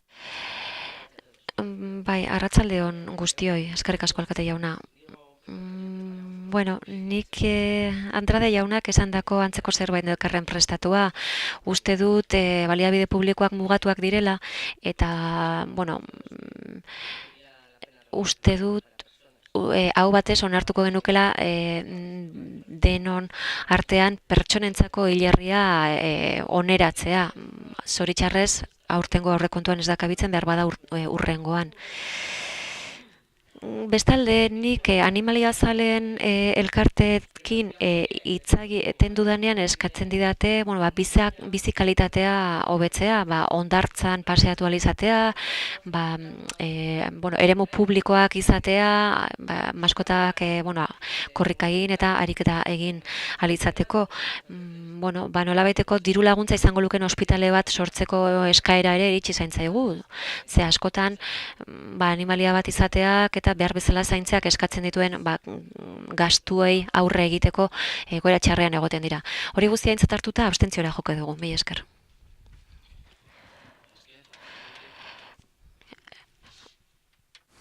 Txef Holanda. Eskerrik asko. Me alegro mucho. Pozten naiz, Alderdi Popularreko ordezkoak badu bere bihoznoa. Azken urteotan gizarteak animaliei buruz daukan iritzia asko aldatu da. Indarrean dagoen legea 83koa da. Eta hor gutxieneko esparru bat sartu zen. Geroztik, denbora asko igaro da eta animaliak izatearen joerak ikaragarri egin du gora. Ikaragarri hazi da, batez ere txakur kopurua Getxoko udalerrian. Gaur egun 8.000 inguru dauzkagu erregistratuta. Beraz, gure zensoan 8.000 txakur daude. Beraz, Getxoko etxe bizitzetan maskota kopuruak gora egin du eta kontzientzia sozialak ere gora egin du. Eta, termino eztabaidagarria den arren horrela erabiltzen da sarri, txakurren eskubideak. Geroztik dekreto ugari, agindu ugari eta reglamendu anitz garatu dira animaliak edukitzeari buruz. Eta badabat nahiko interesgarria. Arriskutsuak izan daitezkeen animaliak edukitzearen joerari buruzkoa, zen modan jarri da. Batzuetan labrador edo beste snuffer edo horrelako txakur arraza batzuk modan jartzen dira eta badirudi arazoak sor daitezkela hortik. Eta testu inguru horretan, sentsibilizazio soziala eta reglamentazio marko horretan, Getxoko udalean, ez dakit, Santiagok esan ohi duen bezala, eredu edo, baina gure politika nahiko aurreratua eta konprometitua da animalien babesarekin. Eta ez zaituztet aspertu arazi nahi, kasuak aipatuta, behar bada, adibidez, lehengo astean, polizia municipalak animaliei emandako tratu txar kasuren bat zegoela eta 2 irtera egin behar izan zituen. Ez ditute kalen zenbaki eta izenak esango, baina gero kasu horiek ez ziren benetako tratu txar kasuak izan. Baina etengabeko ahalegin bat egiten du udal honek, nolabait esatearren, udal albergean edo txakurtegian. Galdutako animaliak jasotzen diren leku horretan. Badugu webgune bat, beste erakunde batzuen webgunetara lotura da dutenak, eta hor adoptagarri diren animalien kopuruak edo lekuak edo horrelako informazioa agertzen da. Eta uste dut gure jarduketa eredugarria dela. Eta bada kasu bat, areetako ambulatorioan higiene arazo bat egontzela eta. Bat gatoz mozioaren atzean dagoen ideiarekin, inork ezin du auzitan jarri pertsona baten eta maskota baten artean nolabaiteko maitasun lotura bat sortzen dela, bakoitzak baloratuko du nahi bezala. Baina muinera jota gure inguruan badago animaliak errausteko aukera. Eta hori taldekakoa egin daiteke, baina badirudi hori ez dela oso gustagarria, edo banakakoa, eta badirudi Ciudadanosek Podemosek proposatutakoarekin bide honek balukela lotura. Banakako errausketa horrek bideragarria egiten du gero kutsatxo batean animaliaren errautzoiek jaso eta gero bakoitzak egoki iristen duen hori egiteko. Niri neuri eta hemen gauden noi iruditzen zaigu nahiko despedida egiteko modu duina dela. Eta izan ere pertsonei ere gero eta gehiago egiten zaio horrela. Lur emateak gero eta gutxiago dira eta gero eta gehiago errausteak pertsonen kasuan. Bizkaian bakarrik 2 enpresa badaude horretara eginkizun hori betetzen dutenak. Ez ditut izenak emango, baina norbaitek nahi baldin badu animalia erraustu, kutxa batean jaso eta aukera badauka noski modu pribatuan. Eta Eduardoak esan duenaren harira. Lehengo aurriko plenoan mozio bat onartu genuen, ez hau batez, EH Bilduk abstentziora jo zuen, gizakien hilerriaren mantenuari dagokionez. Eta pleno hartan esan zen, beharrak zehaztuta zeudela, eta, nahiko garestia zela. Hainbat eraikin oneratu behar ziren, nitxoak, sarbideak, kapera bera, eta hori, erabilera erlijiosoa edo zibila izan, berdintzen. Hau da, gizakien hilarria oneratu beharrak, ez dugu honekin elkarren kontra jarri nahi animalien eta pertsonen hilerriena. Eta ez ditugu inondik ere banalizatu nahi, pertsona batek, animalien jabeak, bere maskotekiko dituzten sentimentuak. Hori norberak bere modura biziko du. Esan nahi dudana da, besterik gabe, batzuetan, eta Andradek esan du, eta bat nator, lehentasunak ezarri behar direla politika publikoetan. Batzuk oso beharrezkoak dira, premiazkoak eta berehalako esku hartzeak eskatzen dituzte. Ez dugu uste kasua denik, eta udaltaldea ez dago ados orain, bertan, animalientzako hilerri bat sortzeko bideak egiten hastearekin. Ez da ingurumen edo beste sail baten lehentasunetan sartzen. Beraz, kontrako bozka emango dugu. Santiago Sainz. Simplemente eskerrik asko guztioi, arreta handi zentzuteagatik, eta eztabaida hau ireki nahi genuen. Sozialistak esan duen bezala, gutxi gora bera, 8.000 txakur ditugu, getxon, eta jabeei zerbitzu bat eman aldiegu. Horren bidez, gure animaliaren errautzak edo gorpua jarri ahalko dugu. Eztabaida irekitzea beharrezkoa iruditzen zitzaigun, eta herritarrek jakin dezaten zerbitzu hauek daudela beste udalerri batzuetan. Gukek eta Alderdi Popularrak esandakoaren harira, Getxoren lehentasunetan ere pentsatzen dugu, eta baita herritarren lehentasunetan ere gogorarazi duzue urriko mozioa.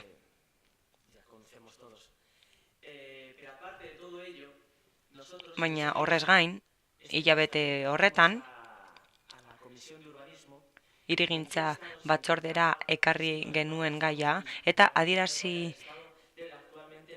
genuen hilerriaren egoera zein zen, eta horri buruzko informazioa ere eskatu genuen. Oso triste jartzen gaitu, oraindik hilerria egoera horretan egotea. Horregatik, mozio honen bidez eskatzen dugu udal hilerria konpontzeko. Ahalik eta lasterren izan ere, uste dugu beharrezkoa dela herritarrentzat eta baita alderdi politikoentzat ere. Gainera, eskerrik asko, esan nahi dizuet, zuen hitzengatik, abstentzioa bozkatu dutenei ere, eskerrik asko jarrera erakutsi duzuelako. Bozketara partzen gara, mozioaren alde, Ciudadanos, abstentzioak, guk Getxo, EH Bildu, Alderdi Popularra kontra, jeltzaleak eta sozialistak behaz bertan geratzen da.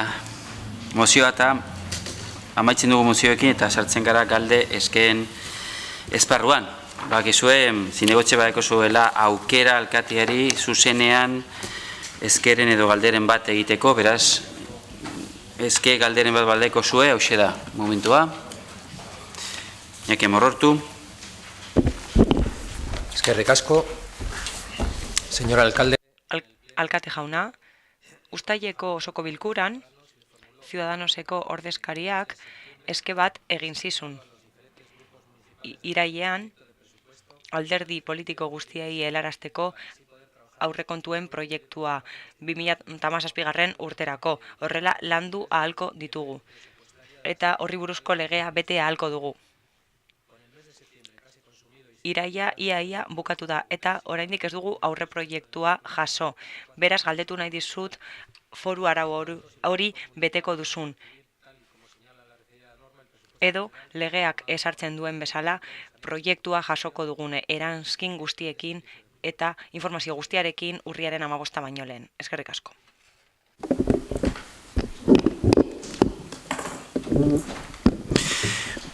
Bai, ez dut ulertzen galdera nondik datorren, azken batean erantzuna bere momentuan eman nuen erantzun berbera da.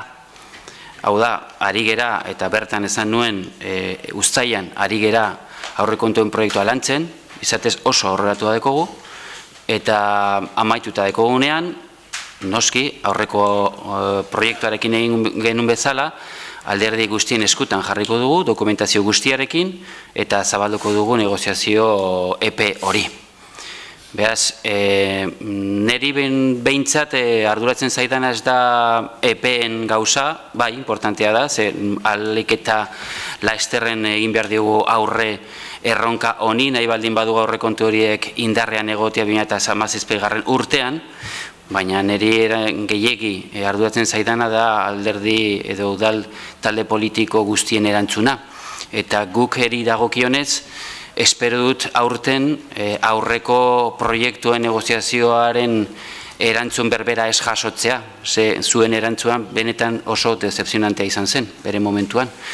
Eskatu zenuten epeak eta eskatzen dozu epeak betetzea behin eta berriro, eta gero zuen erantzuna benetan penagarria da. Ez dozue gero benetako negoziazio bat egiten, ez daukazutelako borondate, edo behintzat ez dozue borondate hori adierazten, eta bakarrik nolabait gauza orokor batzue jasten edo usten dituzue mai gainean, baina hori ez da, aurrekontu negoziazio bat denok dakigu moduan, eta horrek adierazten du zeneukatela akordio batetara llegatzeko borondatea. Beraz, nik espero dut, orain bai, guk Getxoren aldetik bai borondate hori ikustea, nabaritzea eta behintzat lana egitea akordioaren alde. Ez genuen lan hori ikusi inundik ere. Nik uste horrekin erantzuna dagola zuen galdera. Beste norbaitek? Paula Mieba? Bai, eskerrik asko alkate jauna. Bueno, tenemos otra... Beste galdera bat daukagu.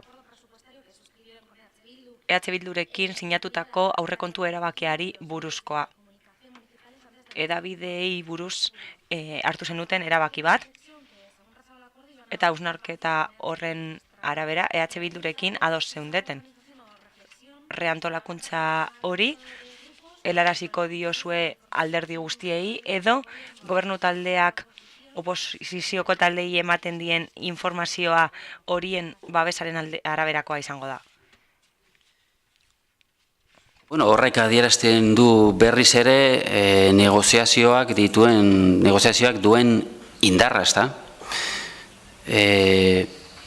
Argi dago, akordiotara llegatzen baldin bagera, akordio horiek bete egiten ditugula, eta hori da gure borondatea eta gure alegina, eta nik berriz ere animatu egiten zaituzte, eta akordioen bitarte zuen proposamenei aurre egiteko aukera hori zabaltzeari ere. Kasu honetan, bete egingo dugu noski sinatutakoa, hor gogoeta bat agertzen da, baina edozein kasutan behin eta berriro esaten dizuet, badaukazue batzorde informatiboa, mahai gainean jartzeko nahi dituzuen zalantza edo gogoeta edo proposamen guztiak. Hilero egiten dira batzorde informatibo horiek eta nahi baldin bauzu arlo honetan lan egin, badekozue aukera. Hori ez da aurrekontuen akordioetatik bakarrik zintzilikatzen, badekozue aukera batzorde informatiboan nahi dituzuen gaiak mahai gainean jartzeko. Beraz, nik animatzen zaituztet, eta alde horretatik gogoratzen dut, nik dakidanez komunikazio arloko arduraduna, Amaia Agirre hain zuzen pasatu indela batzorde horretatik eta altzaldu induela komunikabideen inguruko guk egindako gogoetak eta zeuen esanetara edo zeuen galdetara egon dela, beraz, badeko zoe aukera eta guk bete ingo dugu EH Bildurekin sinatutako akordioa noski, beraz, gogoeta hori nik uste dut guztion eskutan egongo dela. Bai, Paula Mieba. Bai, eskerrik asko. Hacer un ruego. Eske bat egin nahi dut. Uste dut ezin dugula erantzun, baina eske bezala esango dut batzordean Amaia Agirrek esan zigula prozesua abian zegoela eta komunikazio planari buelta bat ematen ari zitzaiola eta alderdi politikoei helaraziko zigula gogoeta hori. Beraz, eskatzen dugu helarazteko proposamen bat ote dagoen jadanik EH Bildurekin sinatutakoaren arabera egingo dena eta hori eskatzen dugu dagokion batzordean egiteko eta udan emango zitzaigun informazio hori emateko eskatzen dugu. Eskerrik asko. Kike Prada. Eskerrik asko. Alkate jauna. Permítame un minutu labur batean azalpen bat emango dut eta gertakari bat azalduko dut. Abuztuan jakin izan genuen Sopelako udalak erabaki zuela barinatzera ezingo zela ibilgailuz sartu bertako enpresak ez baziren. Eta hori arazo bat izan zen Getxoko enpresaburu batzuentzat. Guretzat erabaki arbitrario bat da eta ez du zuzenbidea betetzen. Horrela, Sopelako enpresen alde egiten da eta beste enpresa batzuei oztopoak jartzean datza. Esaten da, erabakiak hartzean ezin dela oztoporik jarri beste enpresa batzuei. Beste aipu bat dago, direktibaren beste arau batean, eta hauxe da esaten duena. Arbitrarioa da, legezkotasuna betetzen ez duena. Eta araututako jarduketa baten aurrean araua urratzen denean. Guken, gai hau kezkatzen gaitu. Eta gure helburua da gai hori konpontzea. Beraz, uste dugu bidea dela akordioa eta ulertzea. Beraz, jakin nahi genuke, kudeaketaren bat egin den Sopelako udalaren aurrean, erabaki arbitrario horren aurrean zerbait egiteko. Bueno, esta es una cuestión de la que tenemos conocimiento. Gai horren berri izan dugu, baina abuztutik baino lehen. Kiroleko arduradunak Álvaro Gonzálezek egoera horren berri izan zuen eta uste dut maiatzetik gure kezka helarazi diogula Sopelako udalari kontu honi dagokionez. Hau da, sarbideari buruz hartutako erabakiak kezkatzen gaituztela. Sopelako udalarekin harremanetan egon nahi zuzenean, eta ados gaude lankidetzan hartu behar dugula erabaki hori. Hau da, baliabide naturalez eta horien aprobetxamenduaz ari gara. Eta itsasoko kirolei buruz ari gara, eta nik uste dut horren inguruko erabaki guztiak bion artean hartu behar direla. Ez zait bat ere gustatzen erabaki baztertzaile hau, eta Sopelako udala horrekin ados dago. Egia da, hausnartzen ari direla erabakiei buruz, eta zalantza batzuk aurkeztu nizkien lege esparruari buruz. Esan zidate legezkotasun txosten baten zain zeudela eta espero dut horrekin gai hori konpontzea eta barinatzerako sarbidea albidetzea. Argi dago posiblea bada. Hau da, mundu guztia sartu halko da edo inorrez. Keskatzen jarraituko gara eta horren inguruko galderak egiten jarraituko dugu. Berriz ere esan nahi dut, baliabide naturalak ditugula, kostaldean gaudela eta hondartzak ditugula eta horietan surfa egin daitezkeela eta hori sustatu daitekela enpresen eskutik eta horrela jarduera ekonomikoa sorrarazi aldela. Beraz, hori denon artean hartu beharreko erabaki bat da eta denon artean adostu beharreko zerbait. Nik uste dut lankidetza hori abian dagoela eta lankidetza horretan lan egiten jarraituko dugula eta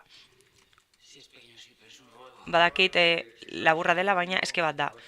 Bide horretan bagaude, espero dugu isunak geldiaraztea eta surf eta parapente enpresei isunak jartzeari ustea. Zerbait gehiago? Ematen dugu osoko bilkura honen gai zerrendari eta bete egiten dugun bezala auzoki dagokietan da txandartzea, bete egiten dugu arnasartzeko pixkat etentxo bat. Ez dakit auzokien artean horbaitek hitzartu nahi baldin badu, bai, bat badago, behaz 10 minutuko tartetxoa egingo dugu eta gero bueltatzen gara, bale? Mila esker.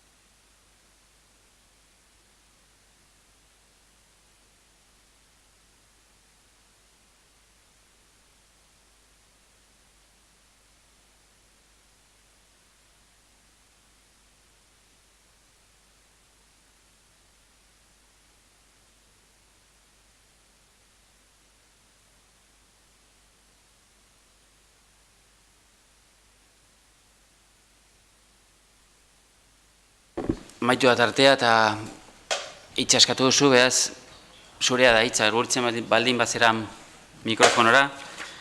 Beti egiten dugu moduan eskatuko dizugu esatea norzaren eta etortzen baldin bazaren elkarte baten izenean edo partikularki zu bakarrik. Bai. Bueno, Miren Bego Madariaga naiz eta elkarte batekin nator. Andramariko auzo elkartekin. Esta asociación quiere pedir una aclaración. Elkarte honek argibide batzuk eskatu nahi ditu Askorriko obrei buruz. Kirol zentro gisa.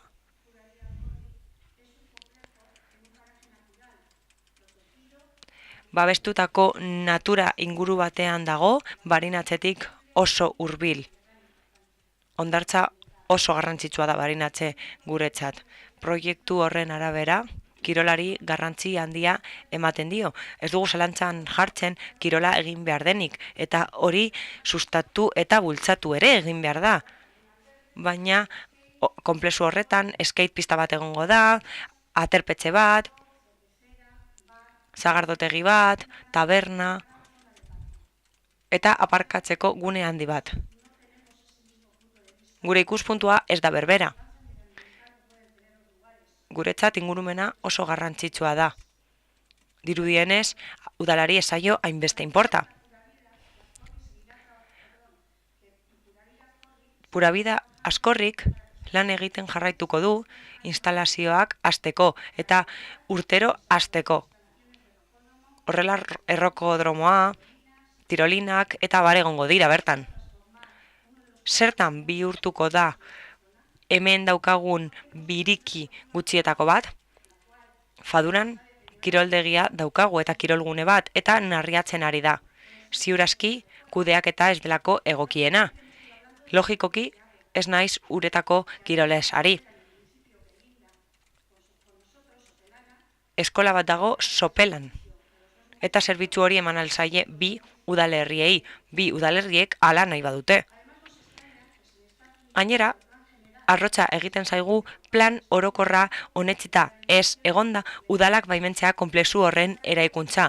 Eta osterantzean ez dira beste obra batzuk baimentzen. Adibidez, baserriak birgaitzea gune berean. Beste eraikuntza batzuk eta bar. Herritarrak bere garaian hirigintza plana ukatu zuten. Eta hala ere pronostikoa bete da. Eskerrik asko.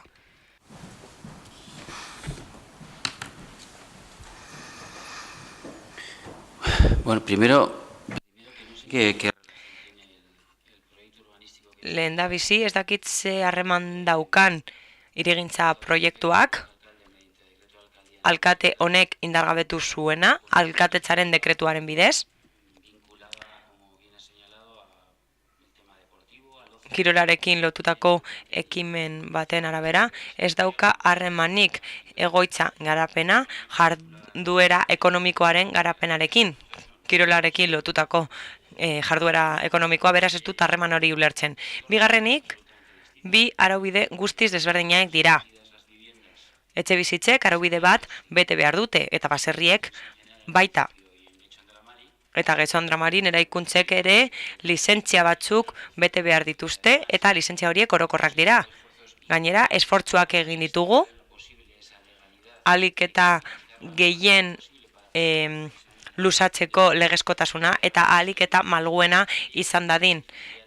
Eta familia bakarreko etxe bizitza horiek, baserriak eta egokiak izan daitezen, eta lizentziak bete ditzaten. Osoko bilkuran ados egon gara lege hori lusatuko genuela eta ahalik eta malguenak izan zitezen, baina hori guztia lege esparruaren barruan. Beraz, araubideak guztiz desberdinak dira, ezin dira alderatu eta ez dira batere lotesleak. Aipatzen duzun jarduerari dagokionez, jarduera hori indarreko legerian esarritakoaren arabera garatzen da.